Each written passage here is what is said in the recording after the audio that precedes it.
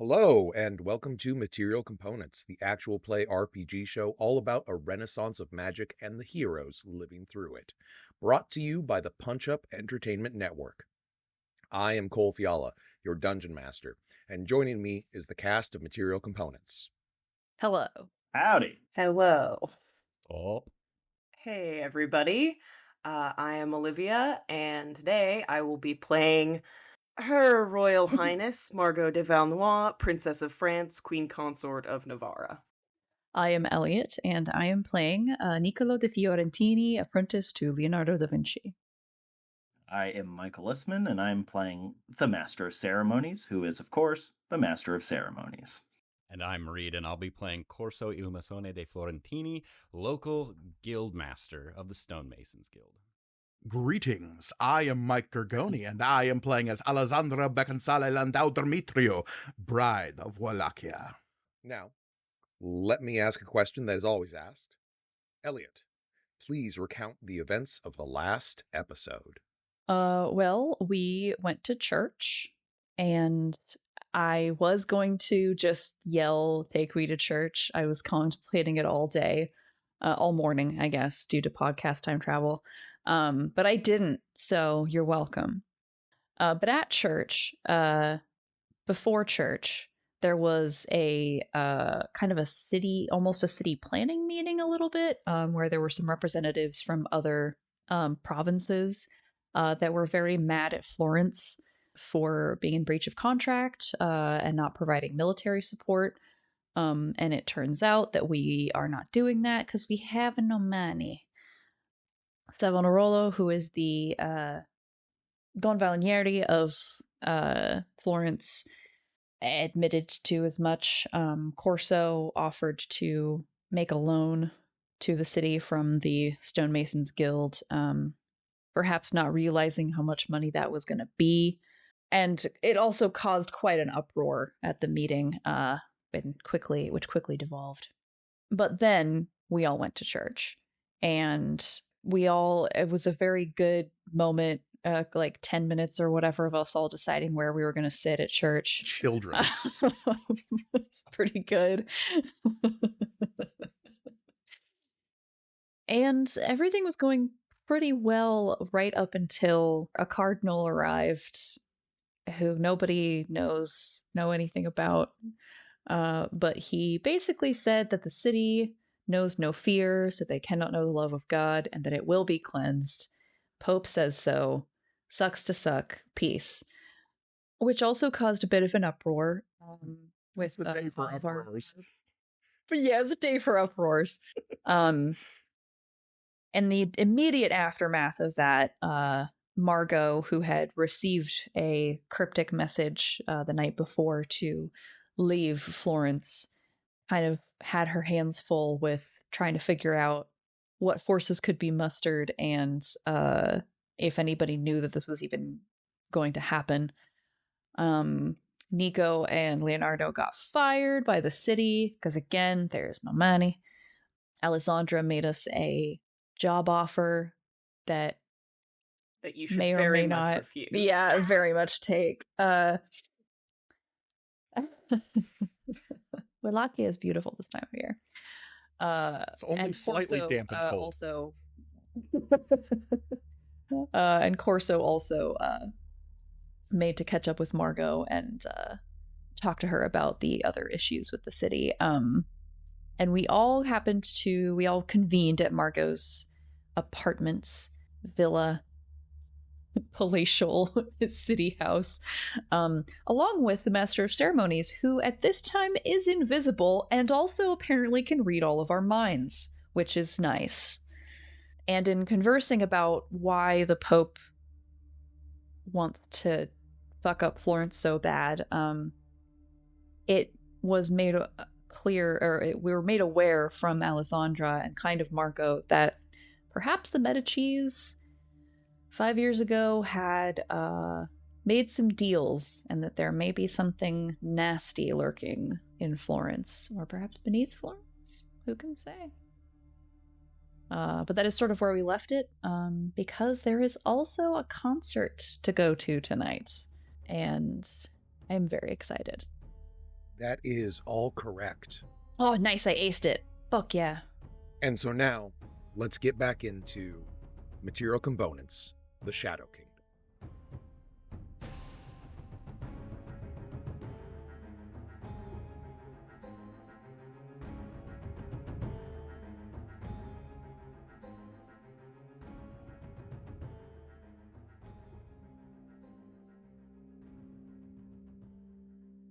But before we join any of your characters, we find ourselves in a warehouse where 7 individuals stand, having just run through a practice. It went well, and one of them, possibly the one in charge, turns to them and says, "Again, Plan B." Several of them form up in this space. They move across as though fighting through some thickness that is not actually present. They grab a dummy and they begin to haul it across the space towards a rope. When they reach the rope, the dummy is connected and the rope begins to move up. They move up as well. The one who spoke before again says, "Good. Let's go again. Plan C." And as they move to reset, they all move to unholster the pistols at their sides.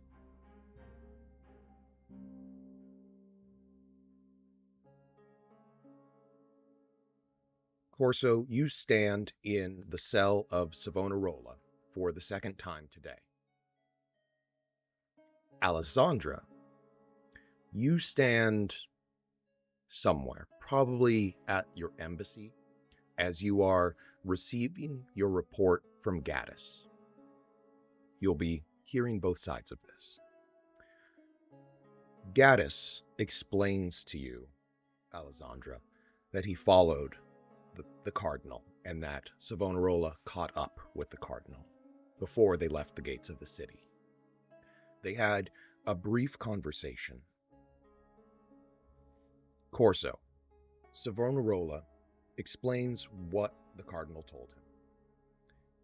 He asked if what he had heard was true, if the Pope was actually sending an army to Florence. Gaddis confirms that, yes, the cardinal did say that an army was coming. Their conversation continued, and Gaddis tells you, Alessandra, that the cardinal seemed to ask Savonarola a few pointed questions, which, whatever their true meaning, went over his head.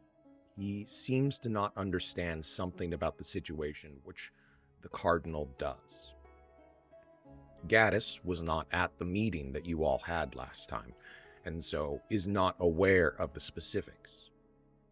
In Savonarola's cell, he explains to you, Corso, that he had tried to be a good counselor to Julio de Medici. He had tried to scrape off the edges, the rough edges of the man, to try and direct him towards a better path. But he failed. And in the last 5 years, he has tried to direct Florence to a better path, to make everything better. But apparently, he's failed at that too. And now, if he's not able to find this darkness and root it out in the next 7 days, then Florence could be no more. He seems agitated. He is agitated. He's clearly out of his depth. Corso, what would you say to him? In this sort of situation where he is probably not thinking clearly, I think it's a moment to kind of sit down and try and brainstorm what we could possibly do, because the threat of the encroaching papal army is a threat to everyone. Essentially, if they view anyone here as like corrupt or anything like that, that's a threat to not only the people in charge but the citizens themselves. So Corso's primary concern is to make sure that the people are okay, and if he can get the Gonfalonieri to figure out something that has like large mass appeal, then that's like to protect as many people as possible and get, or maybe placate this love of God that's coming. Then that's something that I think he would try to maybe not force, but steer like a focal point towards. Okay, go ahead and roll me some sort of persuasion check. Okay. So that is a 13 plus 10, 23. Very nice. Very nice. You get him thinking, because he wasn't. Mm-hmm. And now he's back on track.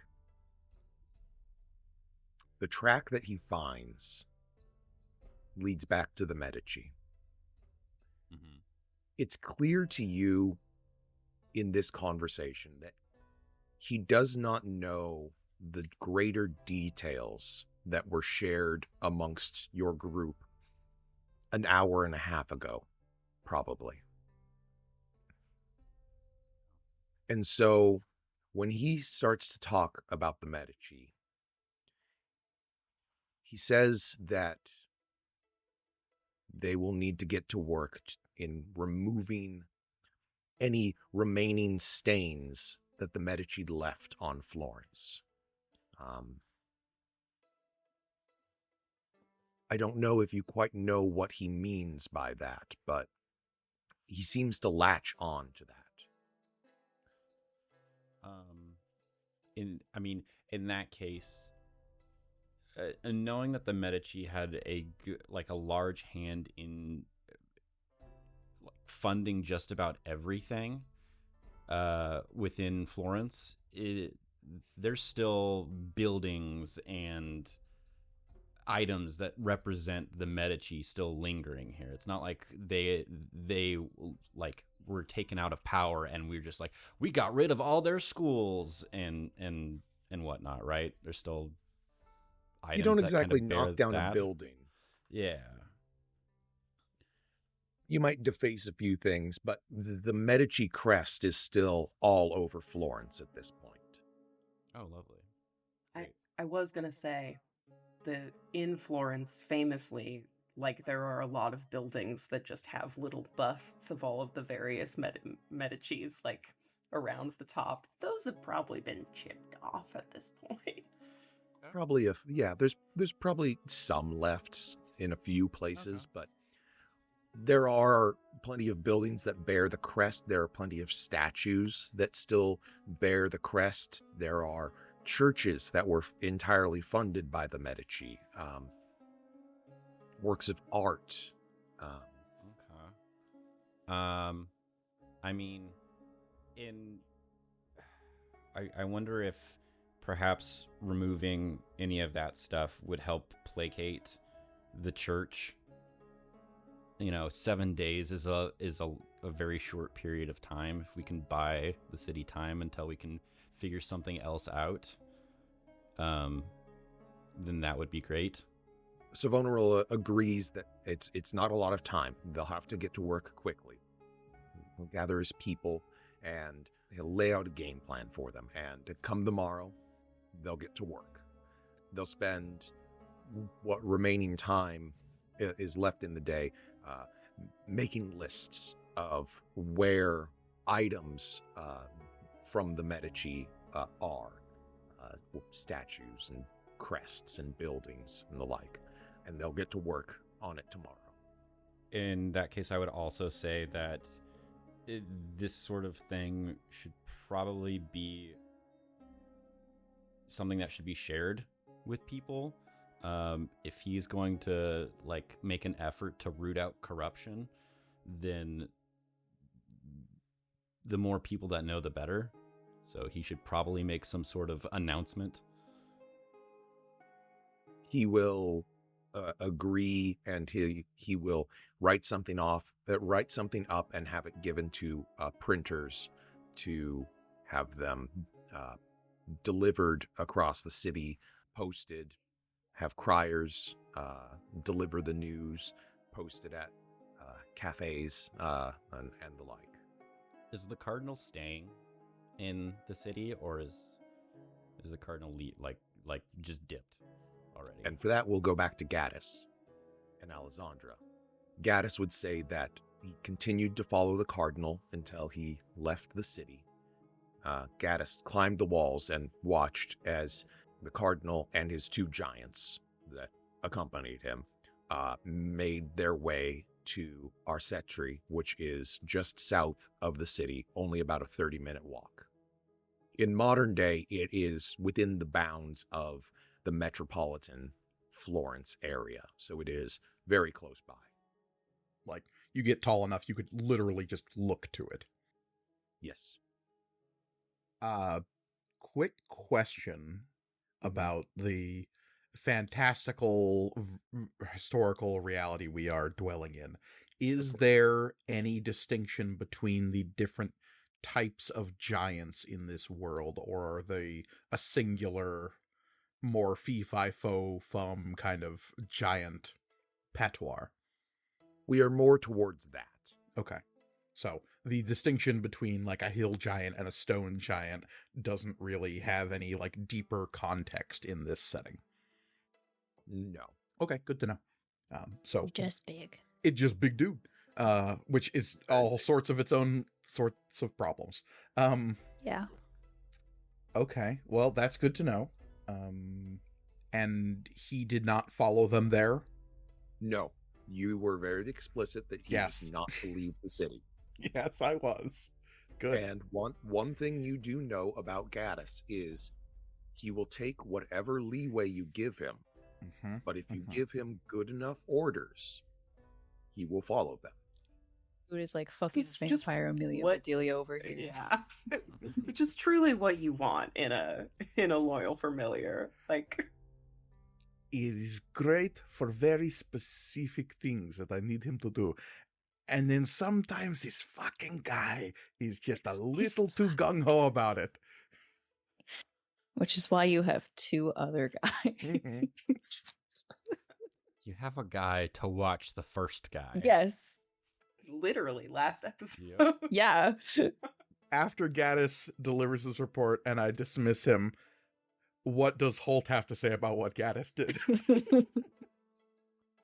That he followed very discreetly, got somehow far closer to them than anyone really would have had a right to do. But man, he can just look like a beggar if he wants to.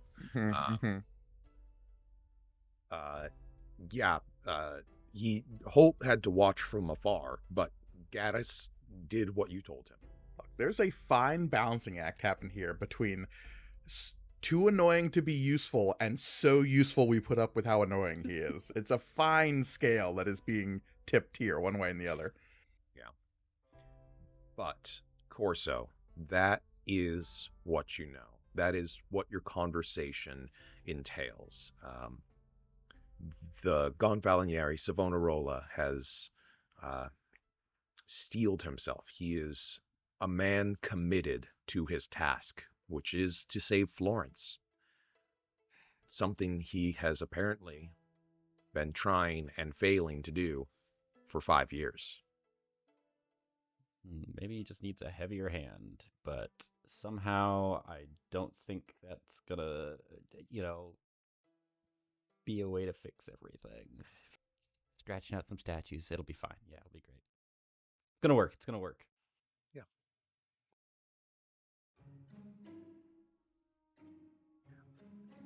So, that brings us now to the workshop of Leonardo da Vinci, where Leonardo and Nico sit.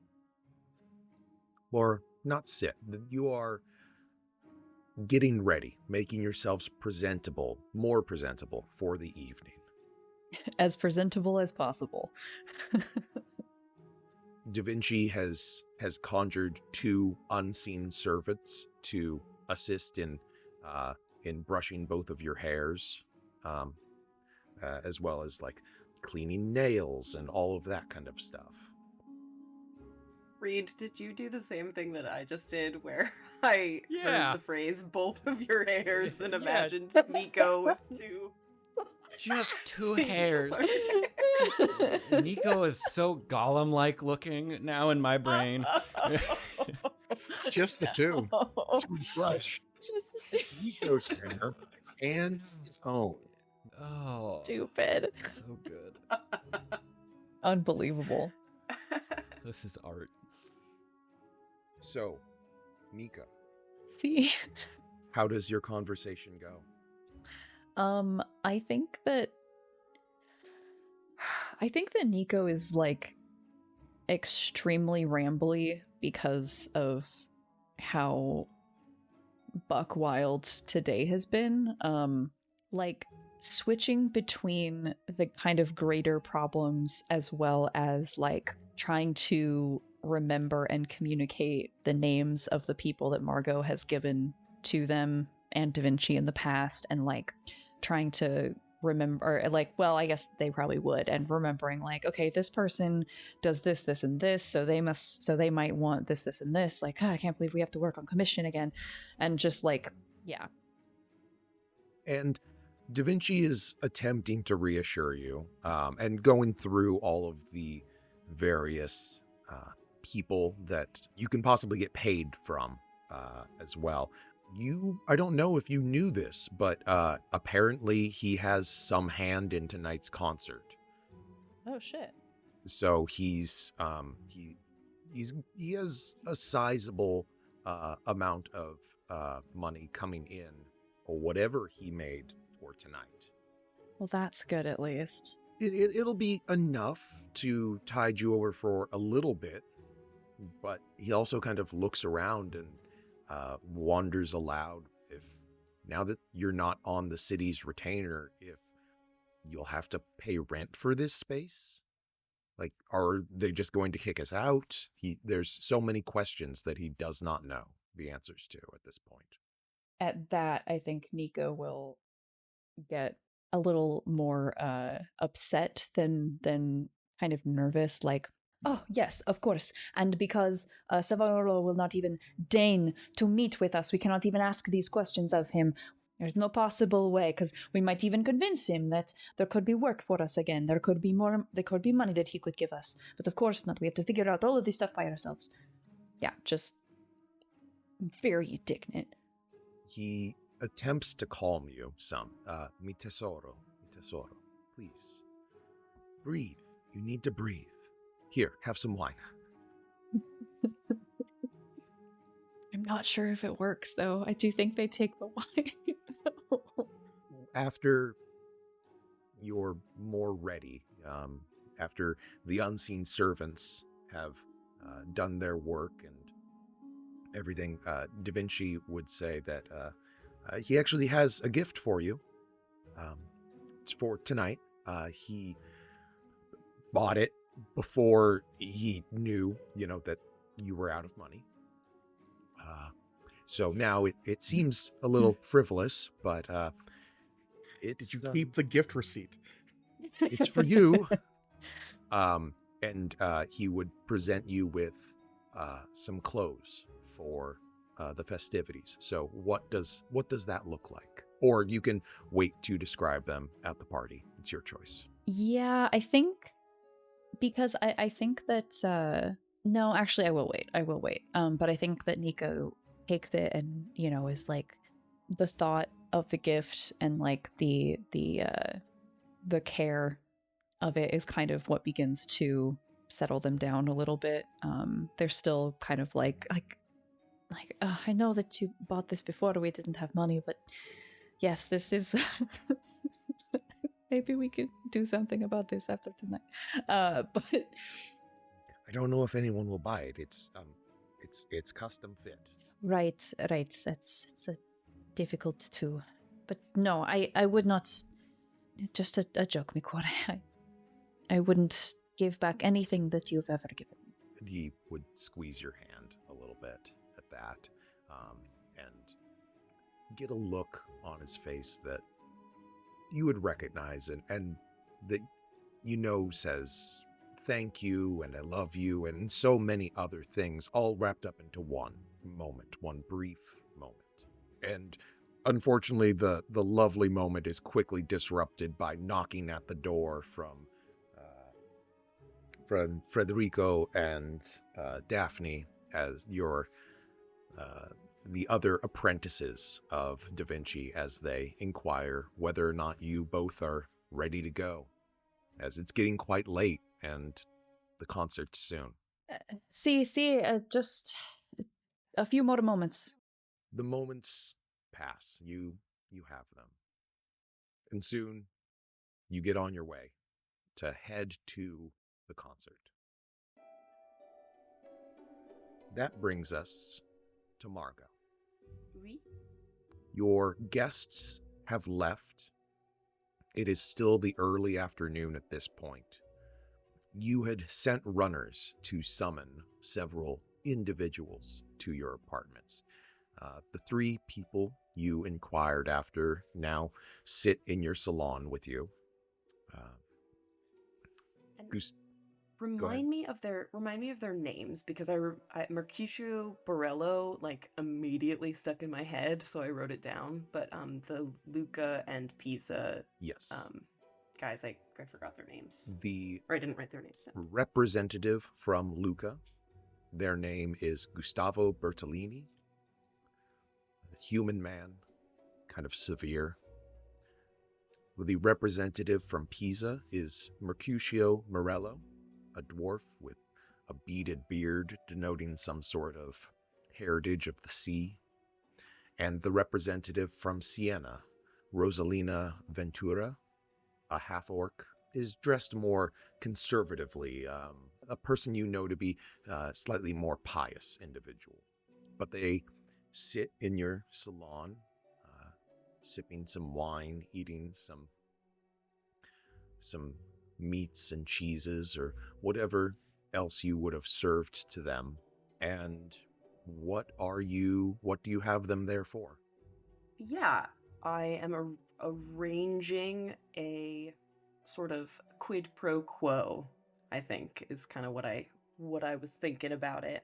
In that, I come in to entertain them and basically suggest that I might be interested in becoming involved in their various businesses, and or might be potentially interested in obtaining property in their various cities, and with the implication of having a very wealthy, having a person you can tax the fuck out of in order to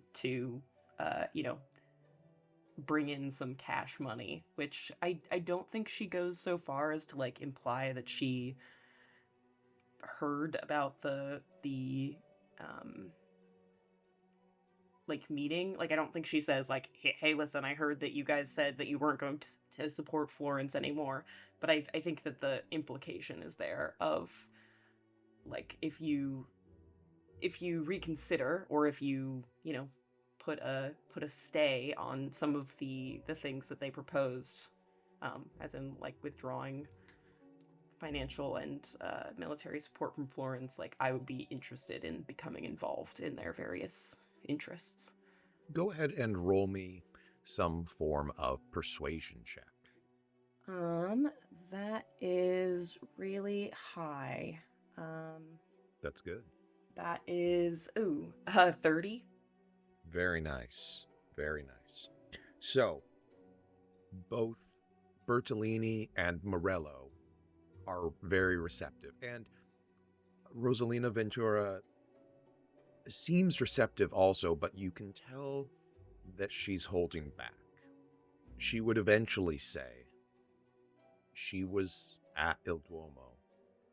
She knows what the cardinal said, and she knows what the cardinal meant. And to that, Bertolini and Morello kind of look at her quizzically. She would continue and basically say, if your offers are all well and good, and welcome, I'm sure that Siena would be happy to have you as a guest and as a landowner, but support to Florence will require there to still be a Florence. lady, you are killing my vibe here. As she kind of like holds on to the sun pendant hanging on a chain around her neck. I think that I'm probably still dressed like mostly for church, and so I also have like some. It's probably not super ostentatious and ornate because Margot's like devout, but in the way that like you have to be if you're a public figure. Right. Of course, I was also at Il Duomo this morning, and I can assure you, I was as deeply concerned as yourself about the Cardinal's proclamation. I think we can all agree that we, as a city, would all be doing our very utmost to assuage the concerns of, what's the appropriate title for the Pope? His Holiness? His Holiness. His Holiness. In fact, and please, my good Madame and Messieurs, do not spread this around. I have my own very crack team, personal friends, and the best of the best within the city, working on it at this very moment. Bertolini kind of nods, concerned, but nods, and Mercutio Morello nods as well, though there's a slight look in their eyes, like, we'll see. We'll see. And Ventura, the representative from Siena, would say that she wishes them, your team, the best of luck. But as of right now, Siena needs to worry about making sure that whatever has occurred in Florence to draw the Pope's wrath does not reflect upon them. I think like Margot kind of like laughs that off a little and is going to like deliberately steer the conversation like, okay, like, you know, enough of this like heavy talk. And we'll kind of like, I think she probably entertains them for like a lot longer. It's not like, okay, we talked about business, now get the hell out. But it's all like kind of light and chattery after that. I'm not gonna push too hard if they're it's honestly like a valid concern. It is, definitely is.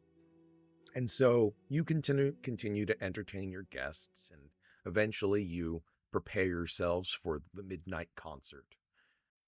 But elsewhere, we find ourselves with the Master of Ceremonies.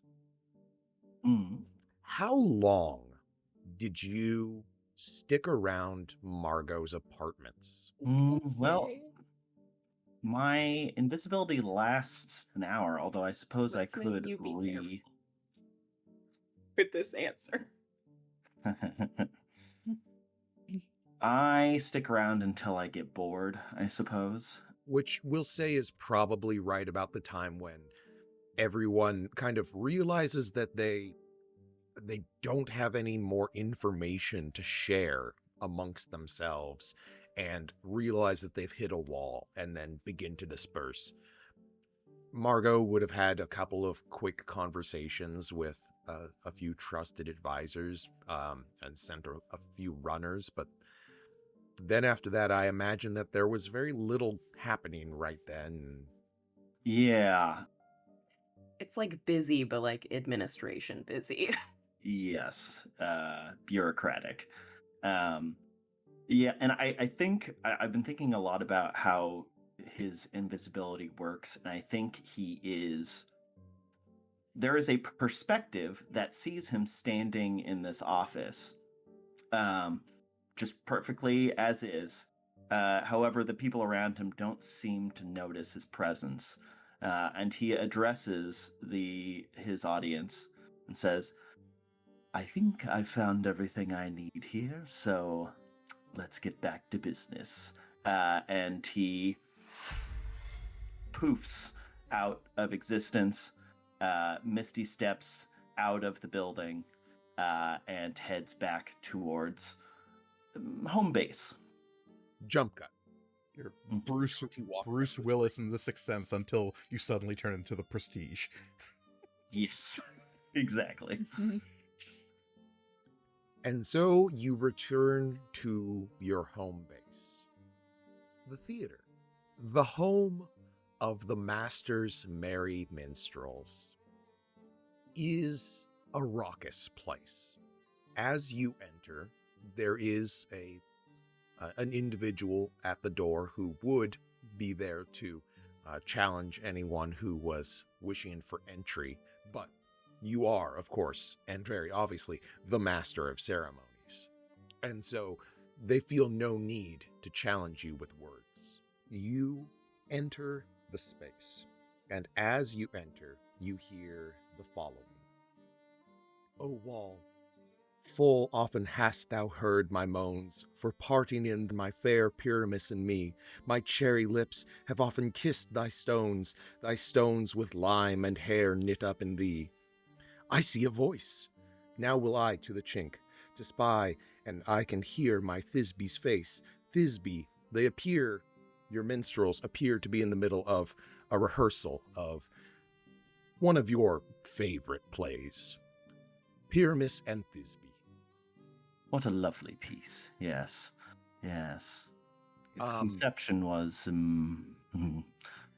well, troubled, but it created quite an excellent piece in the end. At one point, as you lurk in the shadows, the stage manager would turn and see you and snap everyone to attention, bringing the rehearsal to a close. And do you want them? Is it standard practice when you arrive for them to do the welcome song? I think so. It's only appropriate. What this looks like, it's perfectly normal for the Master of Ceremonies, but this, from the perspective of the audience, is like walking onto the set of High School Musical. They notice you and proceed to welcome you with song and dance, with improvised instruments around the place until true instruments are produced.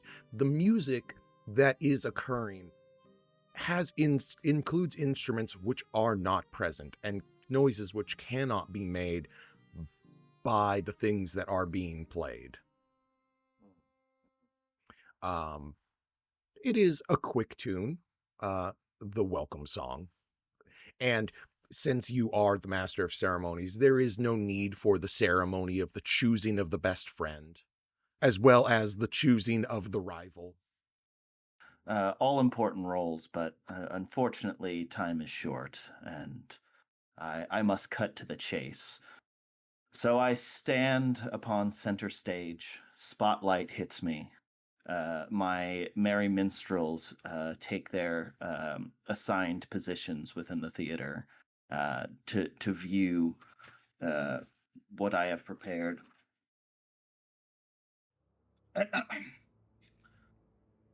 Attention, merry minstrels. You have all shown such promise here within our lovely home in Florence. I welcome your brightness. I thirst for your honesty.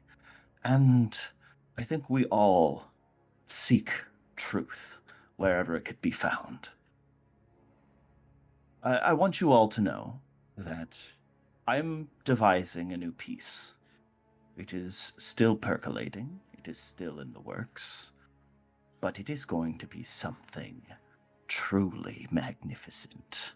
Yes, if you all thought that the performance 4 or 5 years ago was great, you've seen nothing yet. However, there's something we lack within this space. We need something for this piece to be complete. And I require all of you in your own specialized ways to help me, the Master of Ceremonies, obtain this. it is vitally important for our devised piece that we have it. I require a silver tongue. And then he just stands there completely silently still. People kind of like look back and forth. There's confusion, some, but you make odd requests all the time, and they find their way through these odd requests. Yes. And he kind of says he'll make these odd requests and then wait there for them to work through their like, well, that's strange. What does he mean a silver tongue? That's like a concept. It's a metaphor. It's not a real thing. But then they're like, well, it must mean something, so we're going to go along with it. And then by the time they're latched in, then he'll go back into motion. And unfortunately, as I said, time is short. We need this piece to be devised by the end of the week. Now, I know this is not a lot of time, but we've worked in shorter periods of time. We work quick, we work effectively, and we work truthfully. The stage manager, your right-hand person, will turn to the rest of the troupe and say, "You heard the master. We're after the silver tongue. Now, master, I have one question. How fast do you want this done? How forceful do you want this done?" Great question. Intention. I need this very quickly. The sooner the better. And what about collateral damage? Well, think about it this way. There is going to be a big event at the end of the week that, if not directed in a specific way, well, the collateral damage will not be of any consequence. Do you understand me?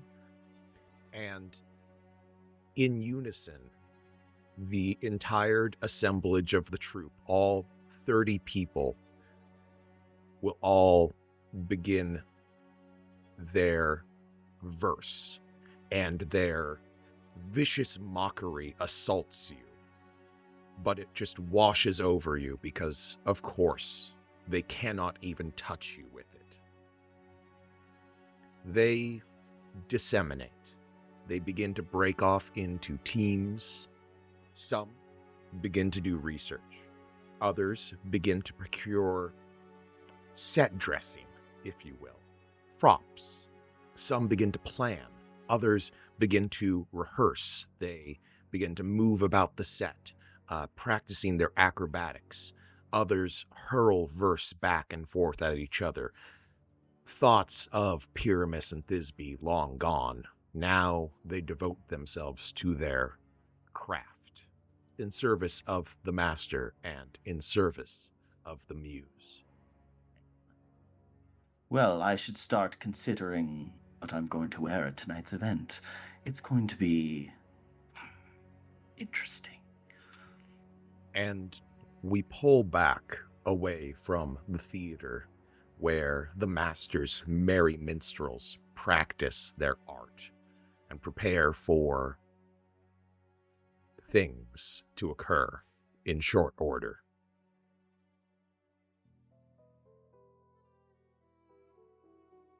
And we find ourselves in the evening with Alessandra. The concert is at midnight. Concert? What concert? You have time before you're supposed to be there. That is definitely what Waits would tell me as I prepare to devote my entire evening to something radically different. And I go, all right. So, you are looking for information. Where do you go? There are the rooftops.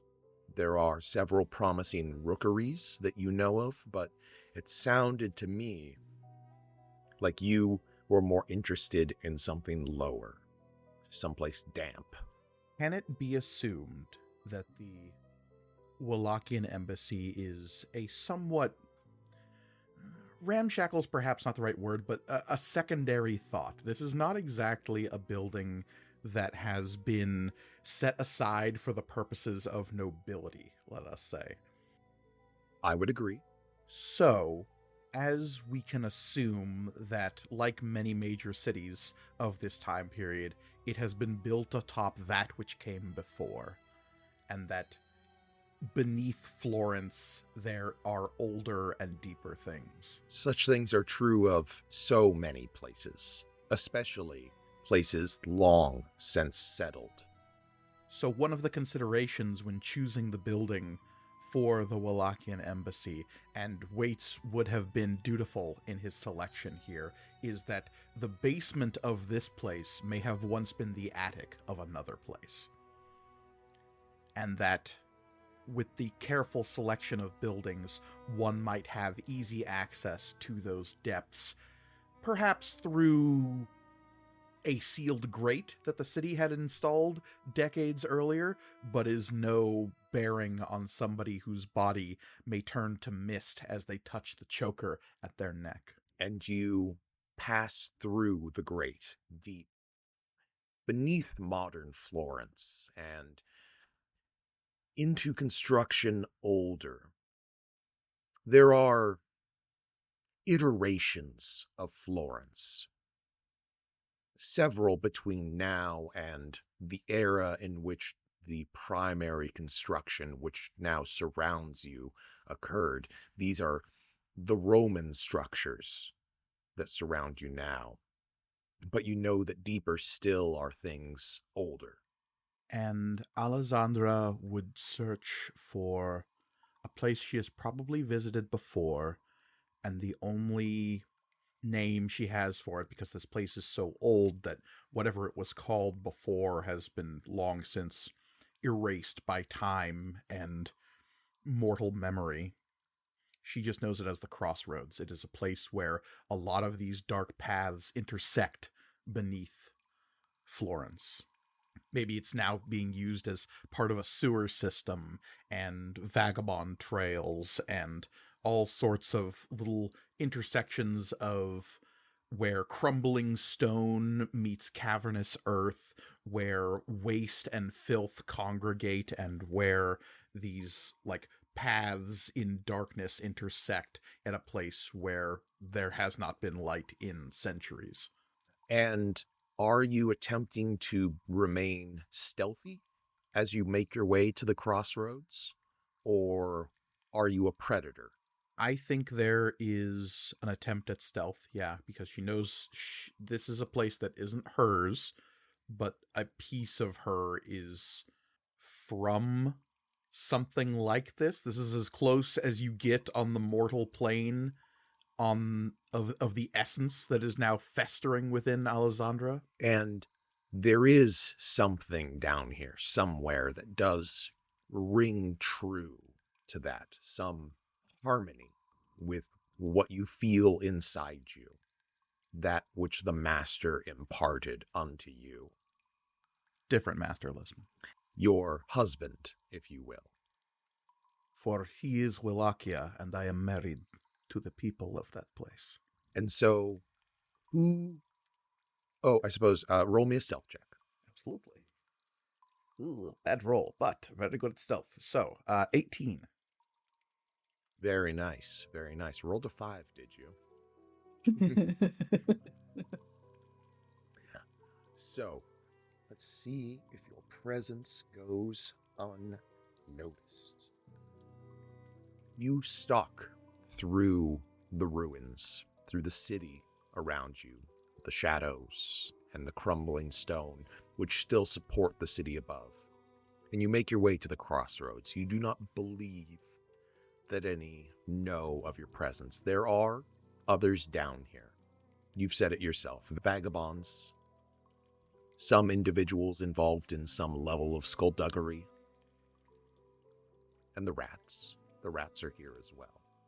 And that is in a strange, shadowed mirror to the others who have gathered individuals to themselves to seek counsel.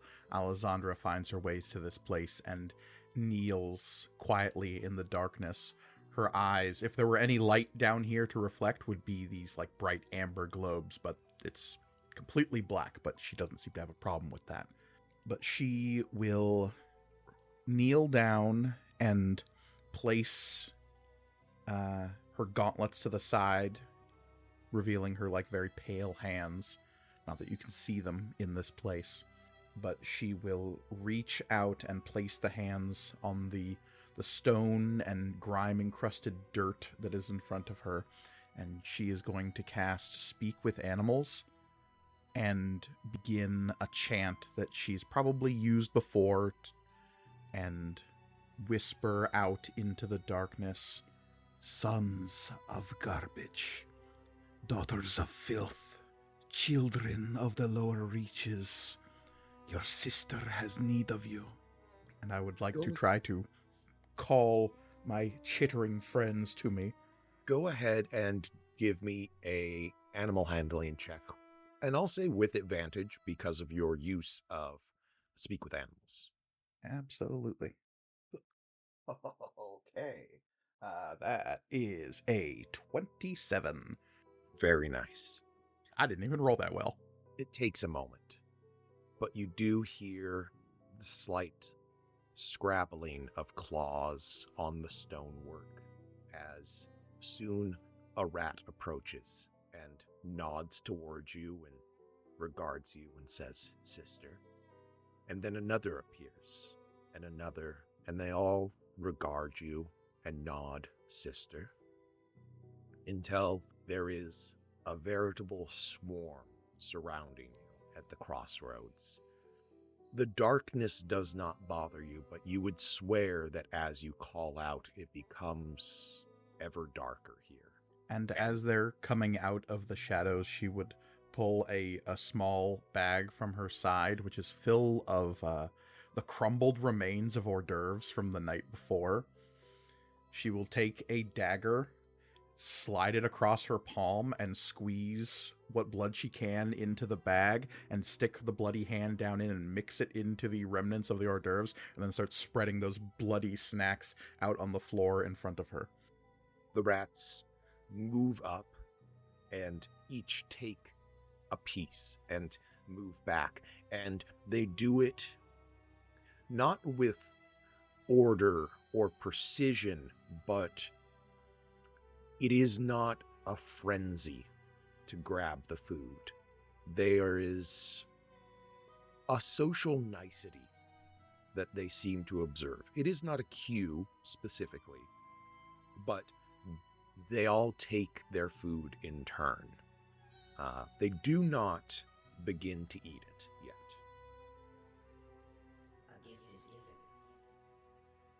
Says the swarm. From father to daughter, from daughter to siblings, we children of the night. Ask your question, says the swarm. Light will blind this place. In 6 days' time, the cursed sun comes to wreak fire upon us. I seek shadow darker than the ebon stone. I seek darkness which does not come from cave or night. I seek shadow from the place where shadows are born. In the lightless darkness, the eyes of the rats gleam up at you. And all around you, their heads nod and bow down towards the morsel of food that they each have and begin to feast. As the first one finishes and looks back up at you, they say, "Below." And another finishes, and they say, "Below," until the entire swarm is just a chittering mass saying, all separately and all together, "Below." Make me a perception check. Absolutely. Okay. That's pretty dang good. 19? No, 21. Sorry. You hear the noise. You hear it before the rats do. And you know that this is a noise these rats can hear, that you can hear, but that your familiars, that your friends could not. A tone beyond the mortal ear. It is rhythmic, and the chattering of the rats dies out as they all seem to come under some effect. And you hear the footfalls of boots moving closer. The rats stare at you, encircling you. The boot sound, is that more of a natural sound or an unnatural sound? It's a natural sound.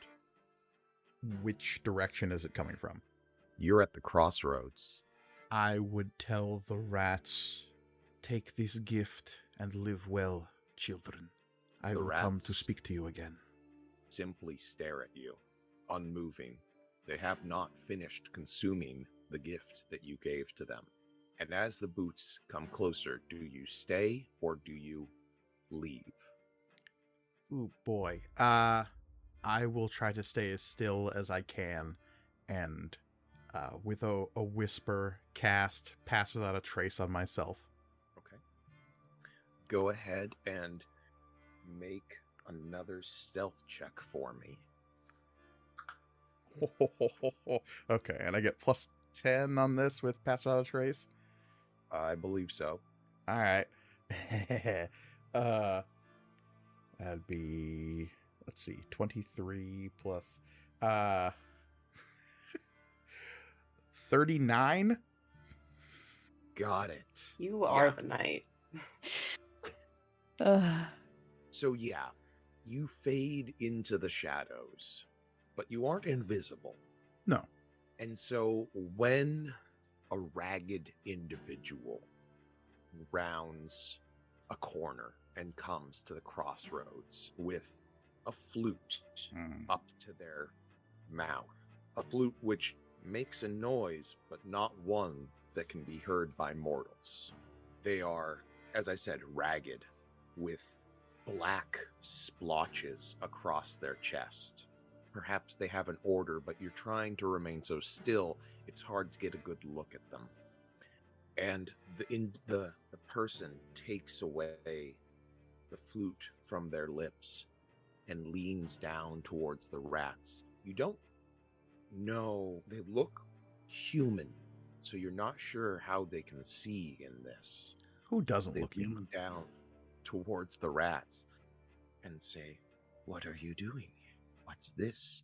And picks up a little piece of one of the little pieces of food from just in front of one of the rats at the edge of the swarm, kind of inspects it and sets it back down and looks around at the assembled circle of rats with a space at the center, a space of shadow. And they look, and they look, and they look up, and they look at you, and they slowly rise and say, Just as his eyes are like starting to focus on me, I would speak up. and they say, "You're not supposed to be here. I could say the same for you, Piper. What business do you have here, Shadow Walker?" I speak with my siblings. And what of you? They regard you for a moment. "I watch the paths.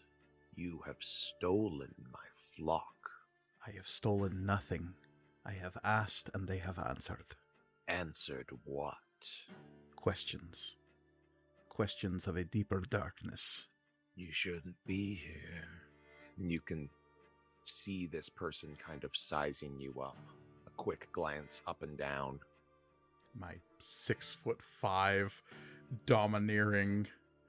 Now that she's not really playing the I am as still as a cat in the night game, she's not necessarily puffing up, but definitely like, I am not afraid of some shabby man with a flute in the sewers. And let's see, what's your passive perception? Okay, it's pretty good. So you would notice as he because he never took the flute far away from his lips, but he puts Mhm. the flute back to his lips and begins to make a tone again. And as the rats begin to move forward to you, you also notice his other hand, move to a blade and begin to draw. Is that how we're gonna play this? Is that how we're gonna play this, Cole?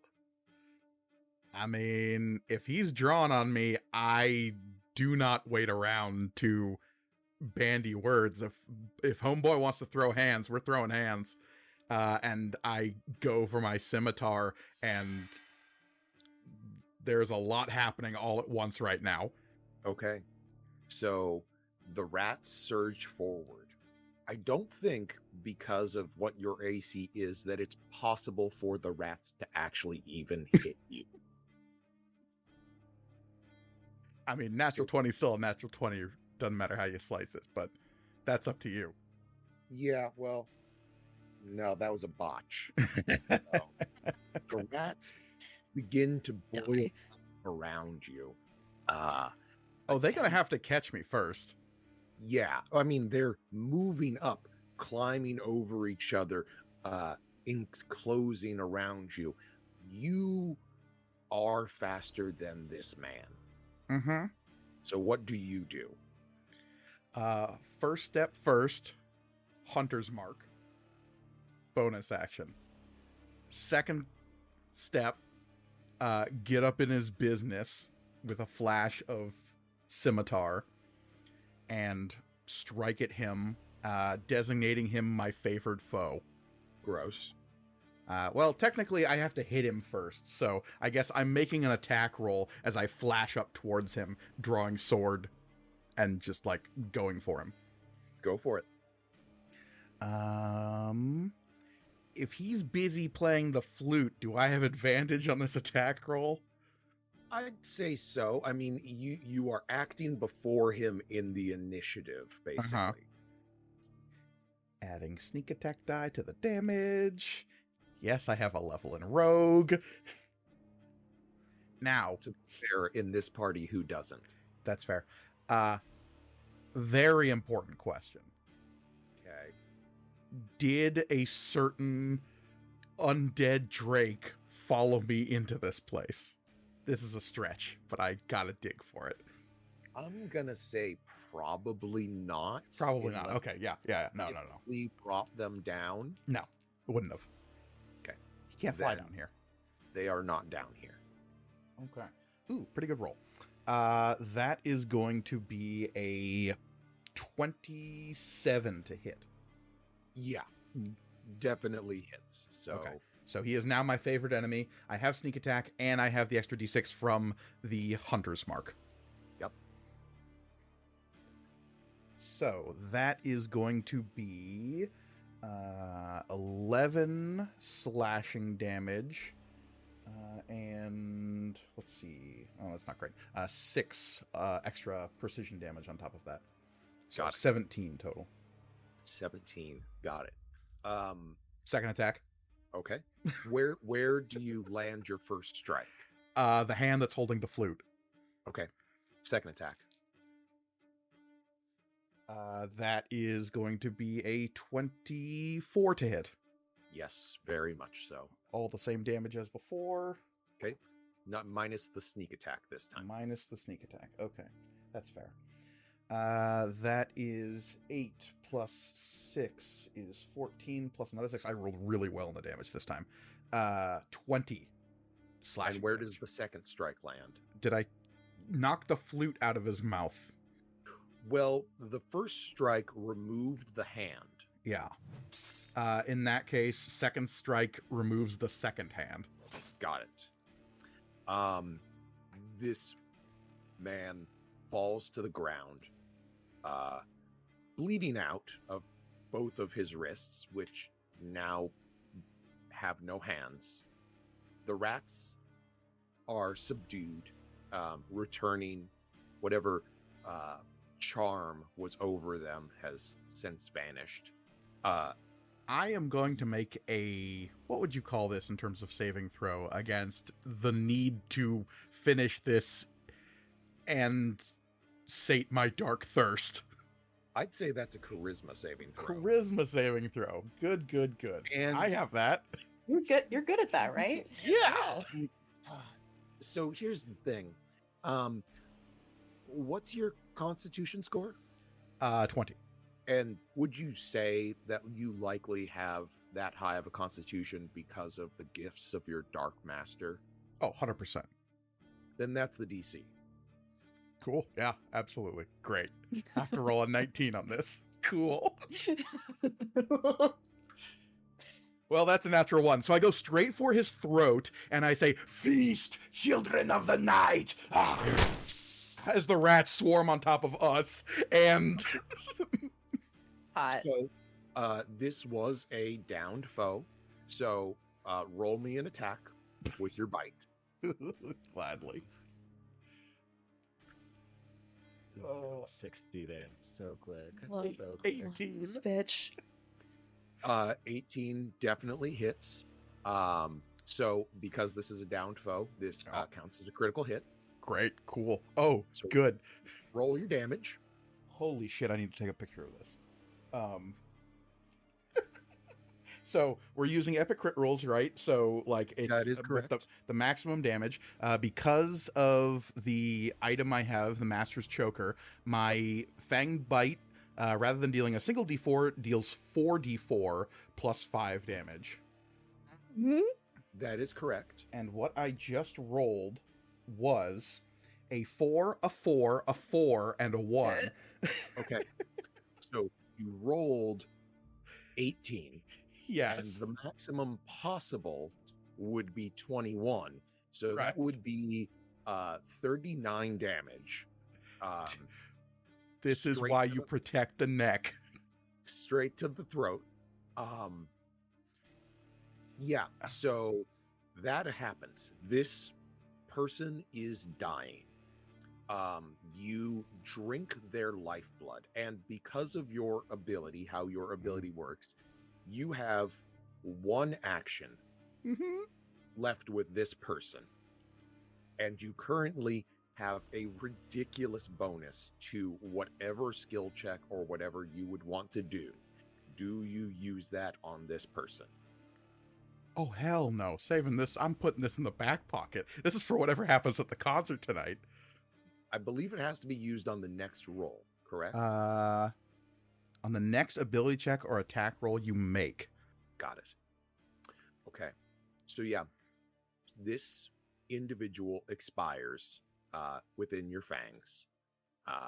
And you have, on top of whatever bonus you would normally have to your next roll, your next ability check, attack, save, whatever, you also have that plus 39. Correct. God. Anything. I'm sorry. Fighting a Pope. What the actual fuck? That is an ability from them, but it's just meant to be normally a D4 plus your constitution modifier. Yep. I triple checked with Cole before we made this go forward about how this ability works and if he is allowing me to do all this. And so, Okay. yes. Y'all, our new goal is to make Mike waste this plus 39 on some social interaction. Someone has to ask Alessandra to dance. Yes. Yeah. I can do basically anything, assuming I kill somebody and drink them before I do it. Mm. I'm always saying this. Yeah. Cole's right. We're all busted. It's Yes. true. Yes. None of you believed me when I told you everyone else is busted. It's not just you. You're all busted. And you'd best bet I'm taking that flute. Okay. All right. I don't know if this was just like his ability or if it's a magic flute, but I'm going to find out. Okay. Sounds good. So, the rats scattered, after having answered and having Eaten well. partaken of the gift. The Red Piper is going to hate this message. But the Rat Piper does not run this city. I do.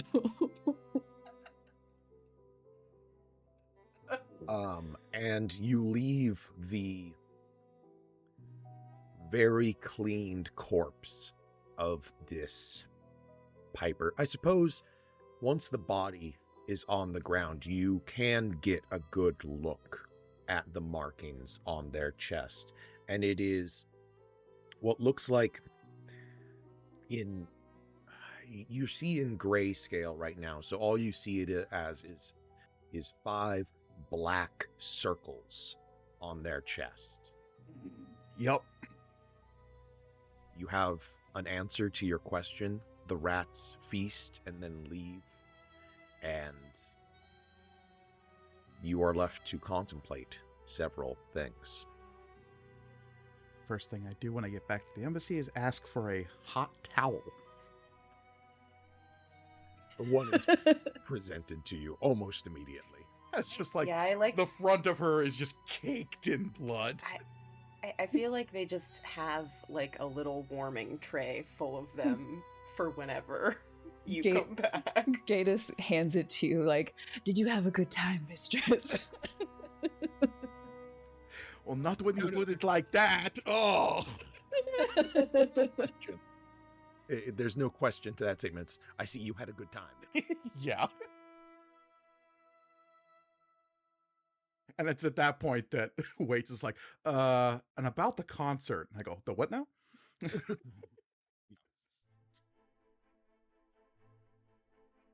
The concert happens at midnight. You all had received your invitations from Margot. It's a slightly strange invitation that asked you to come to a place not normally where a concert would be held, beneath the city, in the catacombs. And to attire yourself in an interesting way, to be prepared to expand the horizons of your perceptions and move your body, which is not exactly how you typically are invited to music in this day and age. Does Margot have the hookup on some good kush or what? Like, what? My God. Oh, don't worry about that. Okay, won't worry about it. You each arrive following the signs in the upper levels of the under Florence. You make your way to what is clearly a now open but normally hidden door in the side of a wall. There is an individual at the door who takes your invitation, checks it, makes sure that it is only the invitees which are entering, and then ushers you down a short flight of stairs directly inside this antechamber to the left.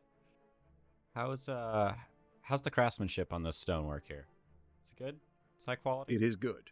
It is good. Margot, I imagine you were here, and Corso, it is entirely possible that you were already here as well, seeing as this space was provided by you for this. Okay. There is a beaded curtain at the top of the stairs, and when you stand in the antechamber, it is quiet down here.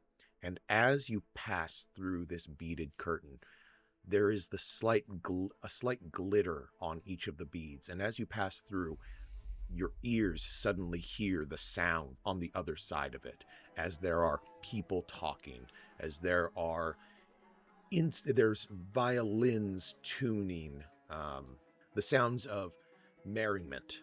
And as you make your way down the short staircase, you can turn the corner, and before you see a relatively large, open vault, perhaps.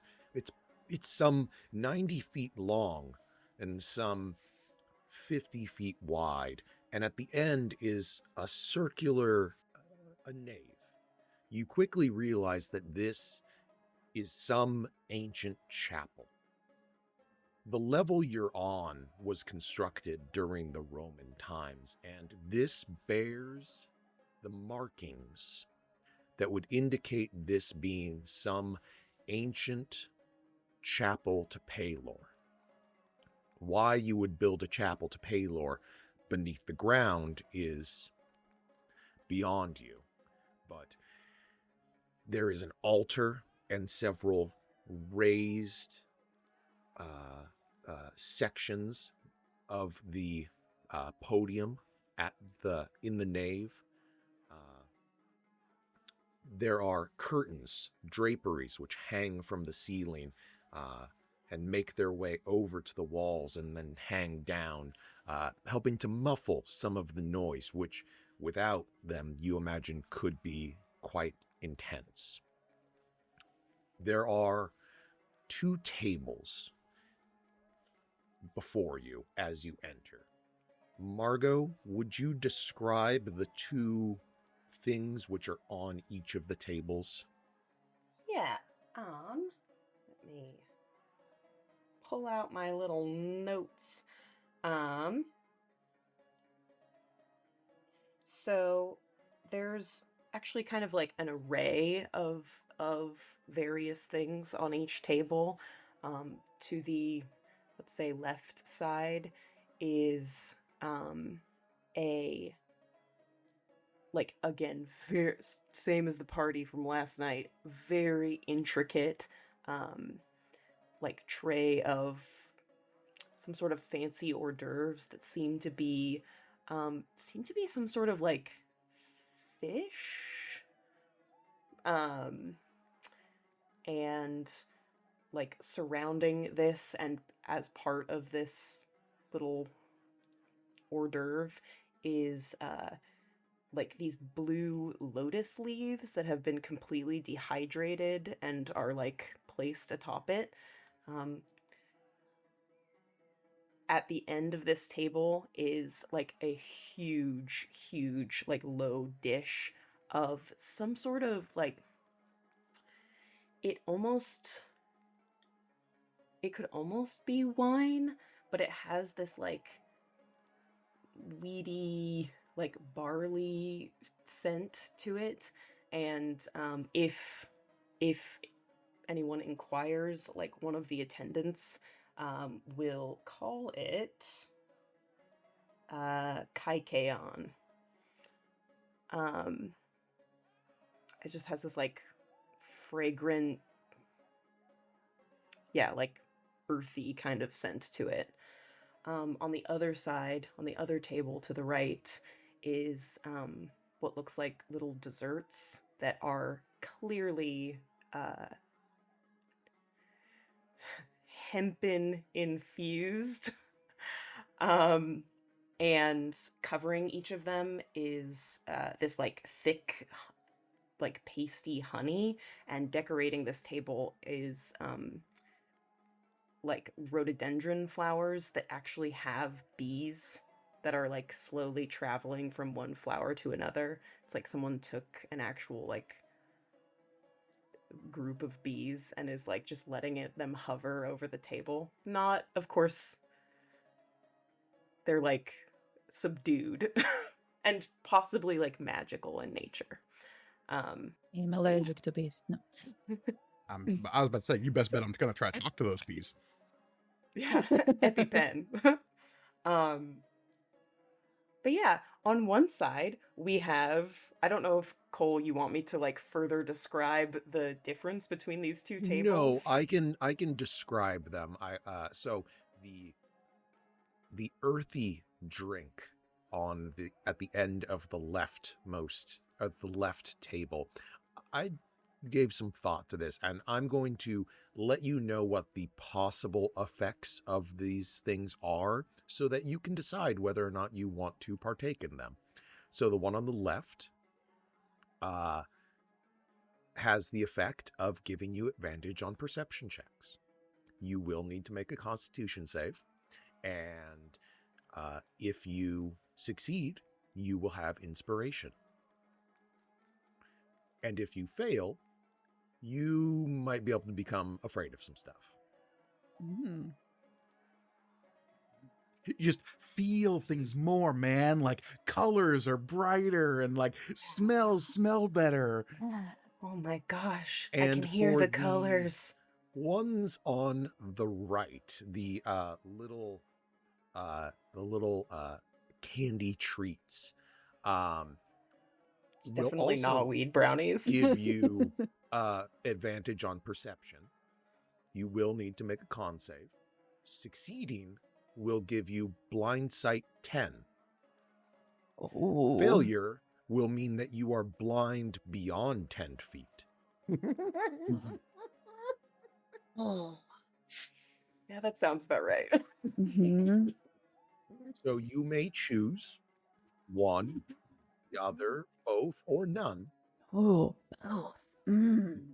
Constitution saving throws, you say? Yes. I wanna point out, just because Cole gave me the task of deciding what these things look like, and everything is based on actual ancient Roman hallucinogenics. They Yeah. loved to fucking party. Saturnalia or bust, baby. Yeah. There are clearly people that are partaking. What do you choose? Oh boy. Is Alessandra gonna get white girl wasted? There's also tons of wine. In case we need to heal. Yeah. Yes. Let me double check something real quick. I suppose, Margot, can we start with you? Yeah, I was going to say Margot has a glass of the Kaikeon, but it's literally just wine that I have prestidigitated to smell like this barley treat. I'm not getting fucking high. Got it. Incredible. I have party things to do. Nico, what are your thoughts? Can we describe our party outfits? Yeah. Yeah, go for it. Yeah. Margot, so- what are you wearing? Yeah, Margot, what are you wearing? Margot, who are you wearing tonight? So I think the attendants are all wearing kind of like a similar thing, but like probably toned down a lot, which is a super scandalous outfit, which is just these like layers and layers of like semi-opaque materials that like layered on top of each other preserve modesty, but like with the way that the lights work, in this kind of like flickering light and shadow, it gives the impression of like one might be able to see like the person's form beneath it. It's all very like ooh la la. But Margot, on top of this, is wearing a like fawn and gold leather armor chest plate, and as well as leather armor braces and greaves, and a headdress that like becomes a helmet. It's very much, she's going for the classic image of like the goddess Minerva. The headpiece is like not actually a helmet. It's, you know, just something that like feeds into her hair, but it also comes down, so there is, instead of a mask, it's like she's wearing like a visor piece that is like molded to her face. And for people who were there, which I asked last time, and it sounds like a couple people are, it is very clearly her actual armor pieces, like the ones that she would have worn the day that Giulio was dragged from his home and removed from Florence. It's it's very fancy, but it's not ceremonial. It's like actual armor pieces. Got it. Yeah. Cool, thank you. Nico? Yes. So Nico, like since Da Vinci got this, like was it like before we were even invited to the thing? Like, was it just a like, hey, I got you something nice? No, he got this for you for tonight. Okay. I will say that it is fashionable for the time, but probably not very like extravagant, because like, you know, still don't have like a ton of money, and also Nico is not very flamboyant. So it kind of has a lot of kind of combining elements from like formal like jerkins, as well as like bodice pieces of various like dresses. So I think the underneath is fairly simple, like tunic and hose and boots, but the like outerwear is the probably most expensive part of it. And it has like the cavalier sleeves that have the cut sleeves so that you can see the lining inside, and it is a like very deep almost black like green velvet, and the lining of it is like this kind of, I mean, as dull as like a silky lining can be, like a flax color, and the lining on the interior has a bit of a pattern, and there is that kind of similar flax like belted part, quote unquote. And the train is not super as long as it is in the image that I'm putting in the Discord. It took me a very long time to find this on my computer for whatever reason. But yeah, hopefully that it paints a good enough picture. And do you partake of... Oh, I'm eating those little honey desserts. Those look really good. And I don't think Nico even like asks about them. They just sort of like see these like yummy little honey treats and they eat 5. No. Ooh, okay. This does nothing. I should eat another one. Like what it does, I haven't felt anything.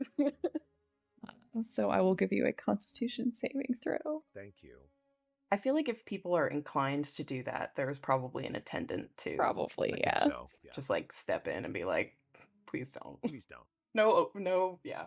What'd you roll? That's a 7. Awesome. Did that beat it? Did that beat the save? It did not. Weird. So Which it what does did you not- choose? The honey cake? Mm-hmm. Yeah, so it does Ooh. not take effect immediately. But Okay. within about a half hour, after a half hour, and regardless, you have advantage on perception checks. However, for you will be Within 10 feet. blind beyond 10 feet. You can only see things within 10 feet of you. You know, they call them fingers, but you never see them finging. Oh, there they go. It is that you can feel so much around you, and it is the sensory input from your immediate proximity is more overwhelming, and so beyond that is just too much. I feel like a ship on the ocean. And I think that Da Vinci will take a glass of the other, and yeah, we'll see what happens with him. Cool. Master of ceremonies. Excellent. Okay. So, this is an event that everyone's going to be wearing masks to, so my normal attire just will not simply do, right? Wait, is that true? Is this a masquerade? Masks? It doesn't have to be. Okay. Oh. I didn't Well, design maybe masks. that's his own. Maybe that's his own wish fulfillment there. But so oh boy. Okay, so he comes in this. Yeah, we'll start with the collar. So this like shoulder piece. It's almost like a golden wire like frame, almost like a cage design made of gold that comes around his shoulders. and up around his neck like a collar. It sort of bows out, and there's a little sort of indent so that his face can rest there. And from the edges of this golden caged collar falls thousands of blood red threads, completely covering his body. So he's like, so when he moves, it undulates and shimmers. His mask is the same mask as always, neutral mask with 3 streaks painted down the front. However, his headpiece this time is a little bit more complicated. And behind the mask, you see sort of like a structure sort of go up and sort of move a little to the left and the right. And it sort of maybe a foot above his head is this like black sort of construction with different masks on top of it facing in different directions, all with various degrees of agony and ecstasy in different designs. People doing drugs at this party. That is not okay. And you come in dressed looking like the fucking false Hydra. Yeah. And when he reaches out to grab or do something with his hand, from the strands, this like curtain comes out a obsidian black glove with a completely black sleeve that the edges of the fingers sort of point up like claws. And you do not actually see the rest of the attire that is underneath this sort of curtain around him. And he has a drink, and much like at the previous party, he brings it to the mask's lips, makes a slurping sound, but he does not actually partake in the drugs.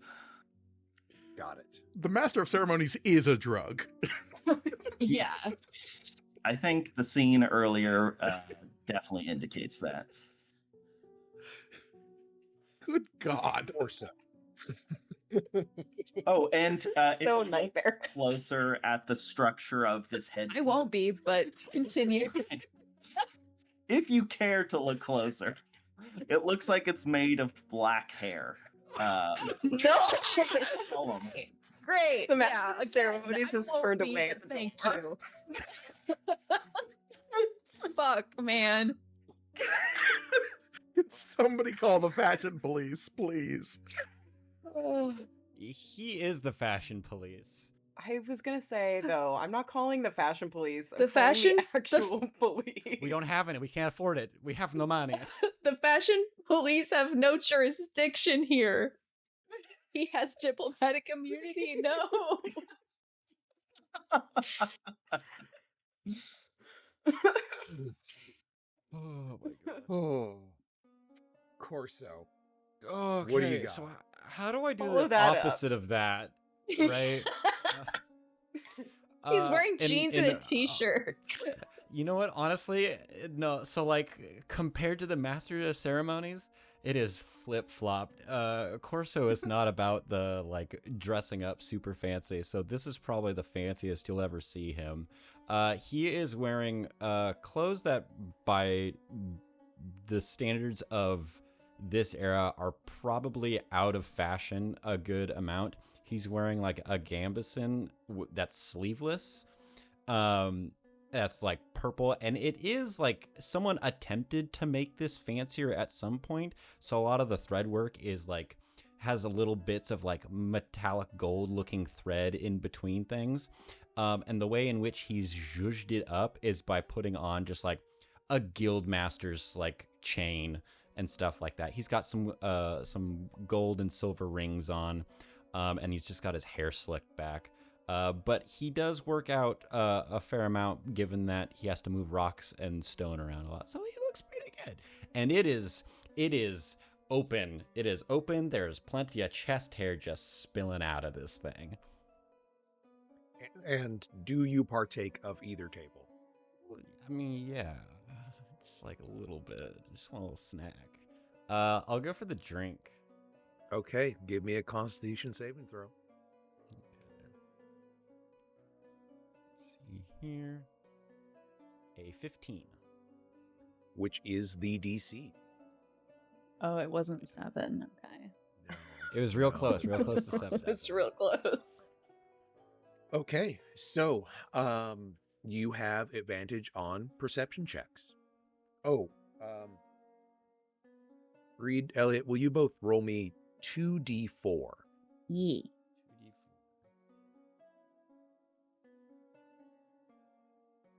Would you like the individuals or the total? Total. 5. 5? Also 5. So, Nico, you both have advantage on perception checks for 5 hours. Nico, you are blinded beyond 10 feet for those 5 hours.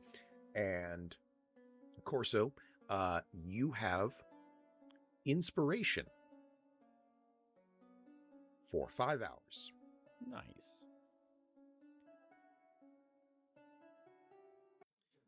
And that brings us to Alessandra. Oh boy. Two very important questions Yes. before this happens. Because as with any social engagement, I have rolled as to whether or not Waits has convinced Alessandra to dress appropriately for the occasion. Okay. So, that being said, Margot, when Waits came to you, how long has this party been in the making, and how much thought was put into the theme of the party? And was that information conveyed to Waits? Fairly long. Yes. Yeah. Thought was put into the theme of the party. And was that information conveyed to Waits? Yeah. Fairly long. Yes. Yeah. Okay. So like the Probably, romantic probably theme not that was part as much, like- but it was like the setting of it. I would have given him a little hinty hint about like, yeah. Okay. And second question is for Cole. Yes. How far from an entrance to the surface are we? Let me roll some dice. 7 minutes. A 7-minute walk underground before we can reach the surface. Yes. Okay. In that case, I don't know how the guard reacts when Alessandra approaches out of the... I'm assuming there's like torchlight that lights the underground section here approaching this secret door. There were... The way you found your way to this location was with your invitations. You were given a small little gemstone pendant, and at the appointed location where you entered the underground, you held up the pendant, and a little trail of embedded gemstones in the stonework led you here. Fascinating. Okay. But other than that, there was no like torches lighting the way down here? Not really, no. Great. And follow-up question for that. Is that like gemstone pathway trail something that was here before and that we're using now to lead to this place? Or is this like a thing that's recently been added that's It was fun? here before. Oh, interesting. Okay. In that case, whoever is watching the front door of this place sees coming out of the darkness 4 pinpoints of light approaching out of the shadow, 2 of which are this vibrant yellow, and 2 of which are these dull blue, slightly lower. And you see her hand on his side, a woman whose... Her skin doesn't look healthier right now. That implies a certain level of life that just isn't there. But there is kind of like more of an alabaster to Alessandra at the moment, because she is feeling herself more in the post meal times. And so there's this kind of like effervescent glow about her. And she has been convinced, because I rolled a natural 1 on whether or not Alessandra would resist Waits' insistence, that she wear a black toga that pops off of her just like slightly glowing white skin. From her, like the line of her lips down her neck and towards her chest has been painted black to match the toga. And there is a laurel of leaves around her her head that is like cast in this kind of fiery bronze and brass. There's like oranges and reds and yellows that have been like worked in laurel leaves. She looks like some kind of horrifying senatorial vision. And there's a sash around the top of the toga that is affixed with a silver emblem of the eagle crest gripping the moon that kind of like comes down in a crescent blade towards the brooch. And at the end of that sash is still her sword. She does not go anywhere without that. But walking at her side is this stalking drake that is kind of like creeping forward like a hound at her side. And it has a couple of packs saddled onto it with her armor and shield and things that she will still not go very far without. So, Oh my god. 1, awesome. 2, the Drake. I think that you are stopped before the Drake can come in, because the Drake is not specifically on your invitation. And I totally understand that, and I tell him, I give him a very serious look, and I say, Dragutsa, stay. And Dragutsa, right there, sits down and just like looks straight forward at the dude. All of these people arriving after you are just gonna be like, what the fuck? If they don't look carefully, they might confuse it with a piece of masonry, so... And some do, because it is so still. So upon entering the party, upon entering the concert, do you partake? Oh boy, that's a very good question. And again, like... I'll waste that. Well, here's the thing. It doesn't say on saving throws for the Fanged Pie. Oh, okay. Interesting. Okay. It's ability checks and attack rolls. Okay. Does a saving throw... I do not believe a saving throw counts as an ability check. No, I don't believe it does. I don't know why they call it an ability check. It should just be called a skill check. Yeah. Because that's all that ability checks are. Or if, like, I mean, you could technically roll an ability check without having proficiency in a skill, but yeah.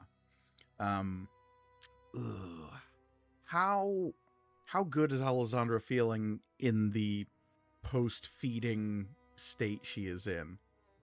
You feel like a million florins. That's the thing. Like, this is maybe the first party any of you have seen where Alessandra is, like, vibing with the space. She seems more, like, energetic and lively, and I don't know how disturbing everyone else would find that. But she would definitely grab a cup of wine, at the very least, and only grimace slightly when she drinks it. Okay, but not take from either of the tables. I don't think so. Okay. She's high on her own supply at the moment. Fair enough. So, in the nave, there are musicians tuning their instruments. They are all wearing, like, black bodysuits and cloaks with the hoods up, and at the front is just of each one is basically a mask that looks like just a silver plane across the entire opening of the cowl, and they sit there tuning instruments and preparing. There are people talking pleasantly around, enjoying themselves. Some people that you can tell cannot hold their shit together because they are feeling it way too soon, and the master of ceremonies is a lot to look at. And that's before Alessandra walks in. There's just some guy who's standing next to the master of ceremonies with the most... He's like frozen in terror. Yeah, pretty much. Oh, I forgot to describe what Leo's wearing. Leo is basically has some normal, if a little pared down, robes on, but underneath that, instead of lower clothes and all that, is just like a golden mesh bodysuit. God bless Leonardo da Vinci. Gorgeous. We love to see it. Yeah. Is he buff? He's wiry. Yeah. He's I'm not scrappy. sure Scrappy. He's ripped with science. as my dear professor George Armentrout at PSU, shout outs to George Armentrout, said Hell yeah. when I asked him Just if double that. if I asked him if everyone in ancient Greece was buff because they were working all the time, he said to me, they weren't eating enough. So no. Let's find out just how buff Da Vinci is right now. Hell yeah. Roll for Yes. buff. 46. buffness. Drop the lowest. No, for simplicity's sake, and so I didn't go searching for dice, I did 2d6 plus 6. And Leo has a strength score of 16. Shit. Oh, dang. Jesus. He is. Leo's putting in the reps. Yeah. You have to make sure the body is good. I was just Yeah, about to say, true. sound body, sound mind. Yeah, how can the mind be strong if the body is not? Just walk in on Leonardo da Vinci doing one-armed push-ups while drawing with the other hand. So, soon enough, the festivities get underway as the maestro for this evening, the person whose concert this is, makes their appearance. And walking up to the altar, to stand behind the altar, is a figure who does not break 3 feet tall. Their hair certainly does. But Nyx Lufalu, the gnomish composer that walks up, is briefly hidden, other than their hair, behind the altar as they step up onto some sort of stool or podium erected behind the altar. The lights shift, the crystalline orbs that hang in the air above you amidst the draperies kind of shift and turn, and the light moves up towards the nave. Nyx wraps their the word escapes me. I want to say baton, but I don't believe that is the correct Music terminology. stick. The stick. No, it is baton. It is Conductor's baton? Conductor's baton. I'm pretty Yeah. sure. Okay, a baton. Kind of taps their baton on the altar, and you notice that it's a stone altar, but sitting on top of it is some sort of device. It looks like it's low. It doesn't crest over 6 to 8 inches, but it looks to be, there's gemstones and what looks like gold or brass metal on this. You can't really tell from your vantage point. And Da Vinci would turn to you, Nico, and kind of squeeze your hand a little bit and says, I hope you enjoy my invention. And Nico is like, can we get a little closer? I cannot see anything. Yeah, and the world is starting to close in around you a little bit. So he'll gladly move up with you so that you are at the front of the crowd. I can kind of see the colors, and those are very nice, but... Yeah, I suppose outside of that 10 feet, it does just become kind of a wash of color around you. As Nyx wraps their baton and the musicians all come to order, there is a slight swelling of music as some of the strings begin to be drawn across. They are joined momentarily by some horns, and there's a rising of music. Everything seems fairly normal. There's no chairs in here for this concert, which is weird. Normally, a concert is you sit down, you listen to the music, you clap, you go home. None of that. So when Nyx sets the baton down and the musicians continue to play, the music rising, and turns and moves a hand across the device sitting on the altar, and there's a brief bit of light that flickers through several crystal and interfaces on it, and the musicians playing the violins stop and put their violins down to rest them, and the violin music continues as you can see these golden discs turning on the surface. The musicians continue again and are joined by noises, by sounds that you're not really familiar with. It's like a drum that booms through this place, and soon the space is filled with this blend of classical and what we would all know as like electro trance. Did Leonardo da Vinci invent the loop pedal? Leonardo da Vinci invented the record player as well. Fucking turntables up here. Yeah, as well as the loop pedal and the synthesizer as well. Oh hell yeah! And well-known fact about Leonardo da Vinci. In classic Da Vinci fashion, his goal was to create this certain style of music, and he had to invent 8 things to get there. Yeah. Pretty much. Nyx went to Da Vinci and was like, I want this. And Da Vinci was like, okay, we can get there. So this music fills the space, and some of you can't help but start to move to the music. At least 2 of you can't help but start to move to the music, and Da Vinci joins you. I'm curious if the rest of you start to dance as well. Oh, I'm gonna dance.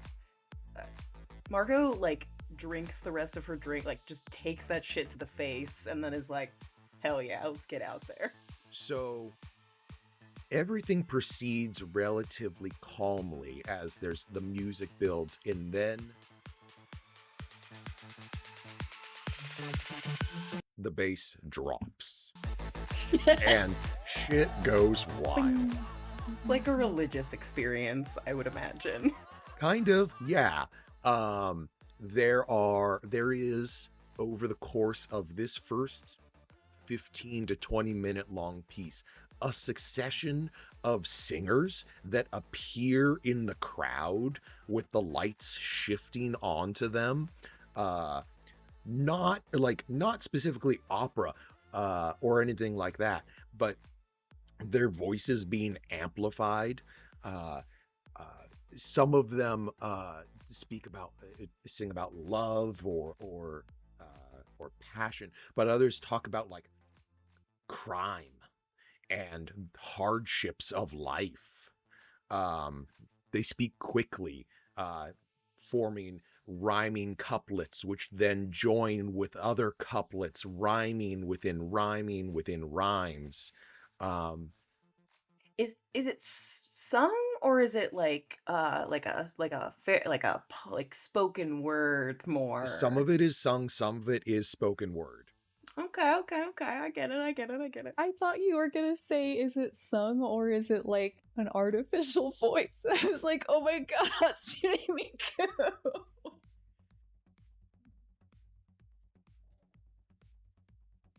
Is any of it auto-tuned?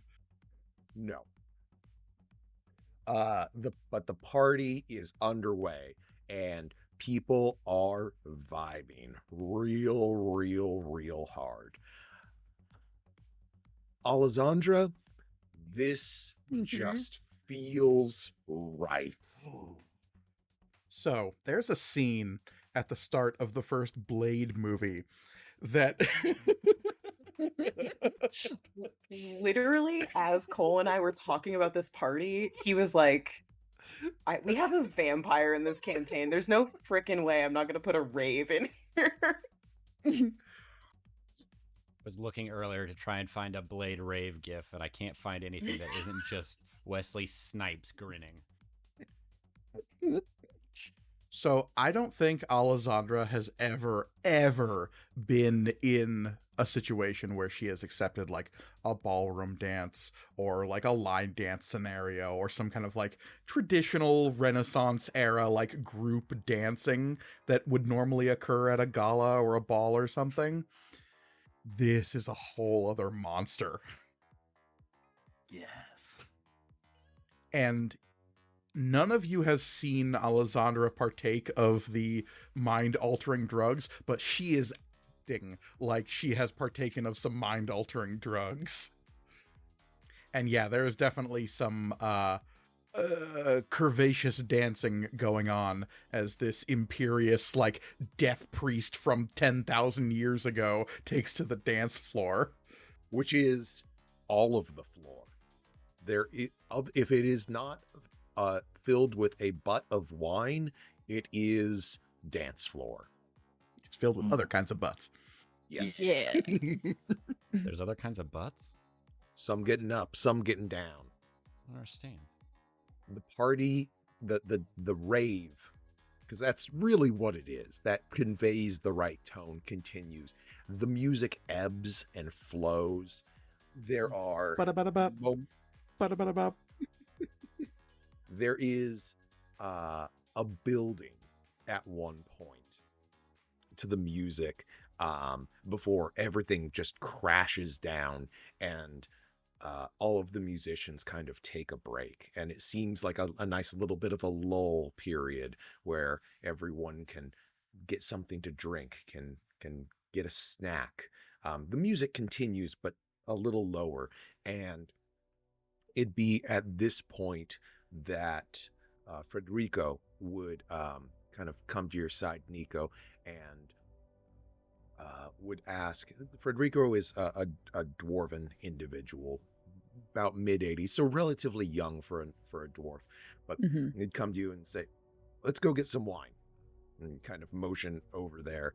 Da Vinci would say he was going to go up and talk to Nyx for a moment, kind of approach.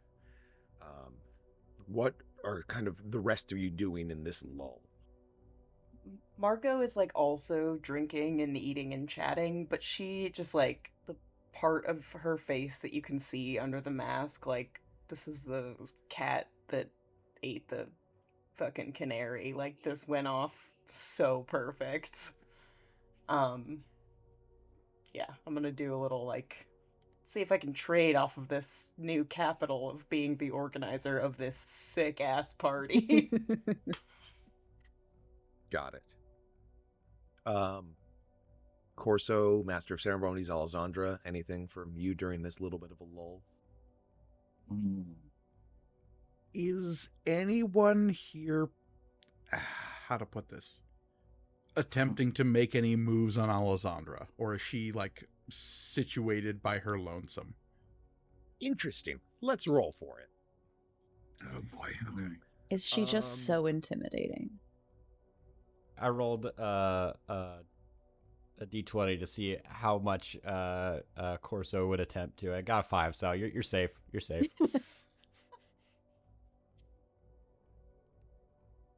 Yes, there are several people that are in this space and time making advances on Alessandra. Okay. In that case, Alessandra has panicked and is left. Okay. Oh. Got it. He's Stan a queen. Can I assume that I sense this panic in Alessandra, presuming that I'm close enough. What you would, I mean, you can read minds, yeah, or at least get like surface thoughts. Yes. So you would see a couple of people, like people that were probably close to her dancing while the dancing was happening, but then in this lull, and after they like are actually attempting to talk about like anything, like making any kind of social advancement towards her, all you can hear coming from her head is the sound of heartbeats, like really close in her ears, and like her pupils are like really big and dilated, and that's why she's panicking. So, it pains the Master of Ceremonies to see his close friend in such a anxious state, and it behooves him to calm his friend. So he would like to do two things, please. First, he would like to use his bardic inspiration for the unsettling words trait, and he'll whisper something to himself. And so I roll a d8. Well, that's not that great. It's a 1. And then he's going to try and calm Alessandra's emotions with the calm emotions spell. Yeah. So let's find out what happens when Alessandra is cool with whatever's about to happen. Yes, I'm so curious. I can't remember the name of the feature, but the one I did, the unsettling words, I only rolled a 1. So for your saving throw on this, you'll subtract 1 from your roll. And what sort of saving? It's a wisdom 17. I know you're pretty good at wisdom. I'm okay at wisdom at best. Oh, okay. Well, I'm a ranger, not a druid. I don't have pluses to wisdom. Fair enough. Okay. 17, you said? 17. And subtract 1 from your roll. So, I did get a 7. Full stop. Okay. Okay. So no. Which -1 makes it a 6. So a wave, you feel this panic building in you, this panic at the hunger that creeps in. And there is a coolness and a calmness which washes over you and buries those anxieties. Cool. You know what's really fun? A vampire with no hang-ups. Exactly. Rereading the calm emotion spell, it's actually a area of effect.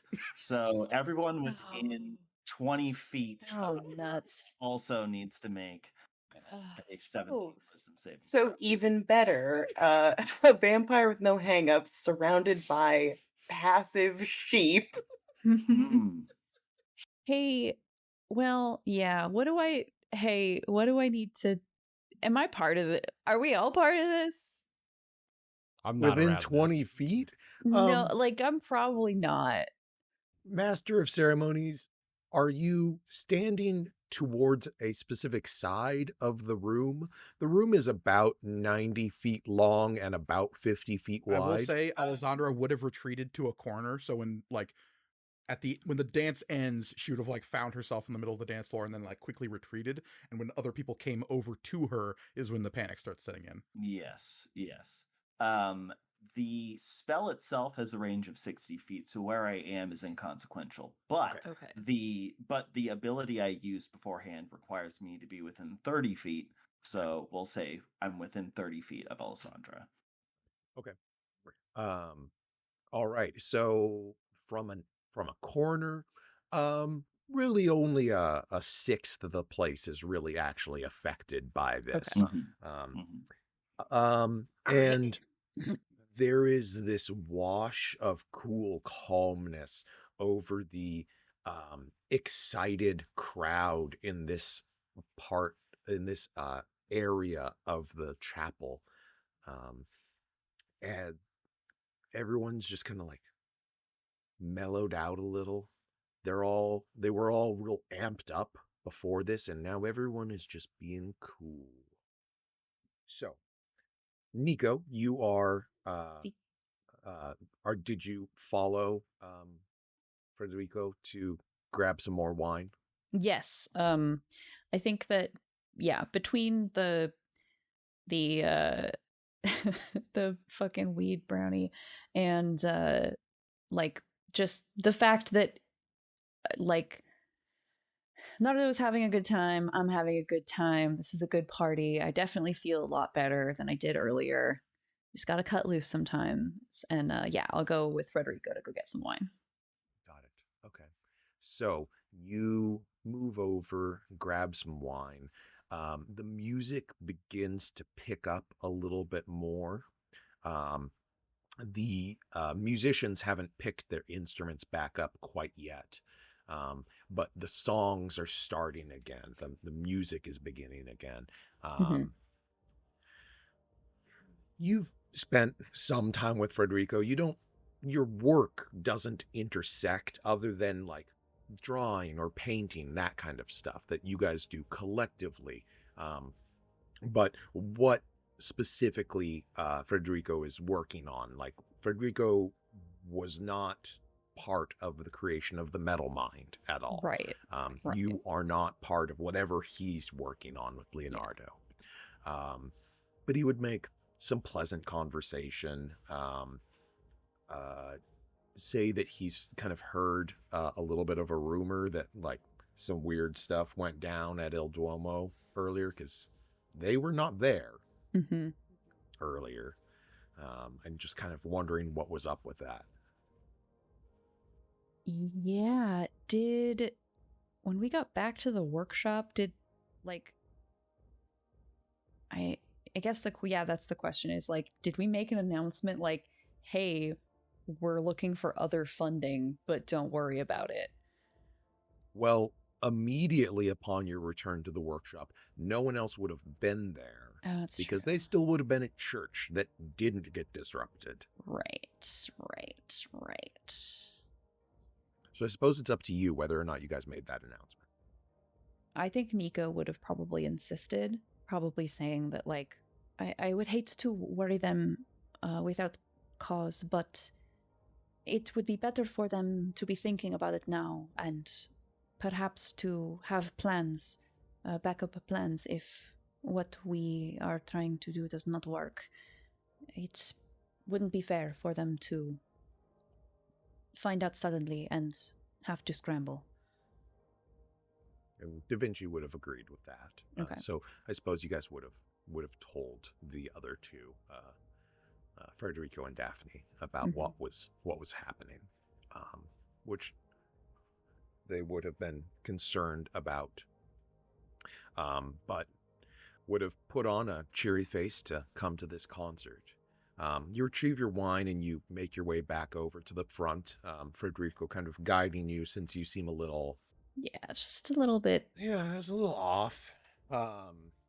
As you grab your wine and start to head back, and then Federico kind of grabs you and is like, Da Vinci's over this way. Oh, of course. Because you had started to head to the back and yeah. headed back to the front. So confusing. This room is it's like a labyrinth. Big open room. And so the music picks back up. Corso, how are you vibing in all this? What are you up to Corso and everything? Corso's like bouncing around kind of the same way like a host does, checking in on people, just like, hey, what's up? Yeah, how you doing? Oh, you having a good time? Cool space, isn't it? It's a really cool space. Yeah, I worked on it. Yeah, it's pretty cool. Yeah, Nice. Got it. Yeah. So the music builds and people resume dancing. New features of the device are displayed. At one point, A song begins with none of the musicians playing anything and simply going off of what apparently are the stored sounds within this piece of artifice that Nyx Lufalu is playing. Da Vinci would turn to you at one point, Nico, and say, I do not know if I want to go to Wallachia. I mean, it's at first thought it sounds rather exciting. I have never been outside of Florence in my life, but it is certainly something that we should not do without at least knowing more. But if you do not want to go to Wallachia, It is not that I do not want to go. It is that, well, they are at war with the Ottomans constantly. This is true. And in such a place, and we know Alessandra, yes, we would have what we required. We would work on great pieces of inspiration, but when would there be time to create joy, frivolity, something like this? No, it would be weapons, arms, armor, tools to kill another. And there must be more to life. I have had the same thoughts. I do not enjoy making weapons. You know, I am trying to figure out the thing with the alchemical fire on the ball bearings, but that is more because I think it would be funny if I could figure out how it would work. I don't think they would ever have any kind of practical use, not in my thoughts, but yeah, it is the challenge. It is the challenge. You know this, Miguare. If I could make something to defend rather than attack, I think that might make me happy, but you are correct. I do not think that there would be much time for happiness. And it's at that point that the music crashes. And you can only barely see this, Nico, but the rest of you can clearly see this as the musicians in this giant cacophony of sound issuing forth from the device on the altar. The musicians all in one, basically, stand and take their instruments and just turn and start smashing them against the walls to the beat. And the crowd is gone crazy, and I need you to make an athletics or acrobatics check. Everybody? Just you. Oh, okay. Let's see. Let's use this dice. You're probably real good at that. Yeah. You would be surprised. I'm not the buff one. You know this. I'm gonna do an acrobatics check. Because my strength is 10. Master of Ceremonies, would you please roll me a perception check? Oh, of course. Let's see. That is a 15 for acrobatics.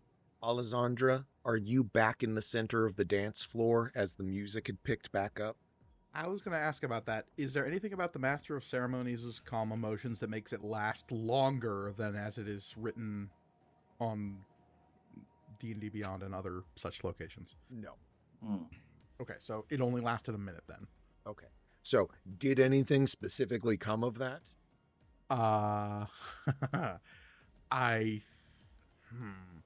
God, this is dumb, but it's probably what would have happened. That 39 got blown on a persuasion check to try to get one of these courtiers into a corner, and they were about to become a midnight snack until the calm emotions wore off. Got it. Okay. Yeah, you had made your way to a secluded spot, kind of edged in behind one of the curtains that's hanging against the walls. Yeah, Margot would have found a corpse here at the end of the night had this not worn off. So have you made your way back towards the dance floor? Or Hell no, I'm retreating. I'm getting the fuck out of here. I almost killed somebody. That panic that was there before has doubled. Leaving? At least she's like dipping outside and is like clutching at Dragutsa and like heaving these deep breaths that she does not need to take, but is doing them to try to calm herself down. My baby. Margot, Corso, where are you at this moment when the giant crash is happening and instruments are being smashed and... Corso would have been making his way around the party, trying to see, like, he's also a little bit trying to work here. You know, it's like there is this looming threat hanging over all of us. Maybe this isn't the best time to be having a party, but the money's already been spent, you know. Got it. So you are relatively distracted. Okay, Margot.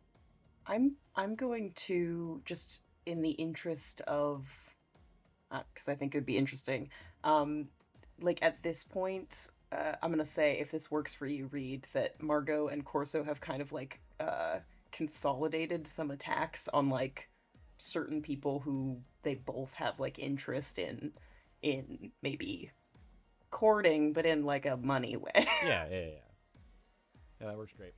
Got it. Okay, so both of you are distracted. So, Master of Ceremonies, what did you roll for your perception? 16. Okay. So, Nico, you, in the big crash, in the uproar, you are pushed away from Da Vinci, and you fall kind of into several people away from Da Vinci, and are having to pick yourself up. You find your feet and move back in the direction that you thought that you had just come from, and you cannot find Leonardo. Master of Ceremonies, what you see is two individuals covered in a shimmering shroud, moving through the crowd, coming up on either side of Da Vinci and grabbing him. Da Vinci struggles briefly and then is moved through the crowd back towards the exit that you had all entered through. There is a potion, a bottle raised to Da Vinci's lips, and a slight shimmer like then cascades over him as the potion passes his lips. No one seems to notice these individuals. But I do.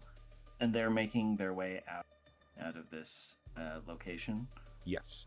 You can see that each of them is armed with a dagger or with a blade on one hip and a holstered spell gun on the other. Gotcha. Can I follow them? You can. I mean, it's not like I stand out or anything, so I turn to my audience and I say, well, it seems that there's another wrench being thrown into this whole situation. It's a new thread that needs to be pulled. Interesting. Let's see where this one goes. And he steps out of the perception of the people in the room and into his invisible state and follows the two individuals taking Da Vinci away. Got it. Do you tell anyone what's happening? Secrets. I think... No, actually, no. I'm just gonna follow. Got it. So...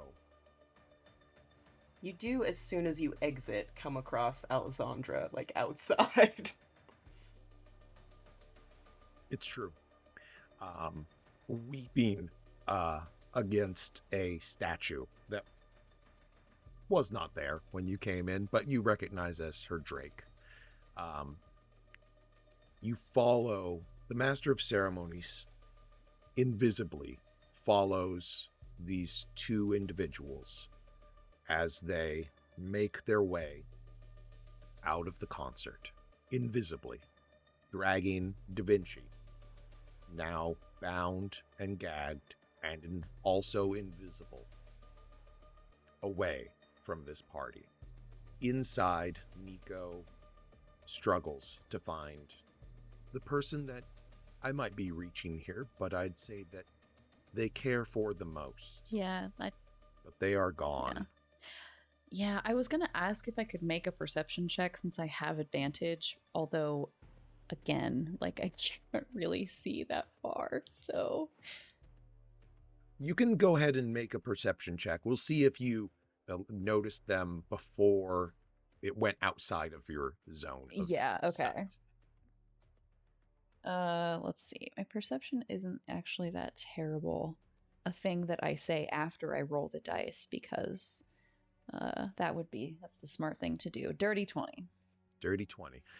So you briefly saw Da Vinci struggle against thin air before he disappeared outside of where you could see. Okay. And I think that Nico does try to move in the direction that they think that this is happening, but because of how just absolutely serpentine this room is set up, I mean, God, dang, Corso, how could you do this? I designed it like a casino. You don't want to find the exits. I need you to stay in the space as long as possible. I don't think that they make it out of the crowd in a timely fashion, I suppose. Got it. And so we pull back as Nico searches frantically, as Alessandra weeps into the hide of an undead drake, as Corso and Margot make plans and try to curry favors where they can. And as the Master of Ceremonies follows, 2 kidnappers and the greatest mind in Florence. And I think that is where we'll need to end it for tonight.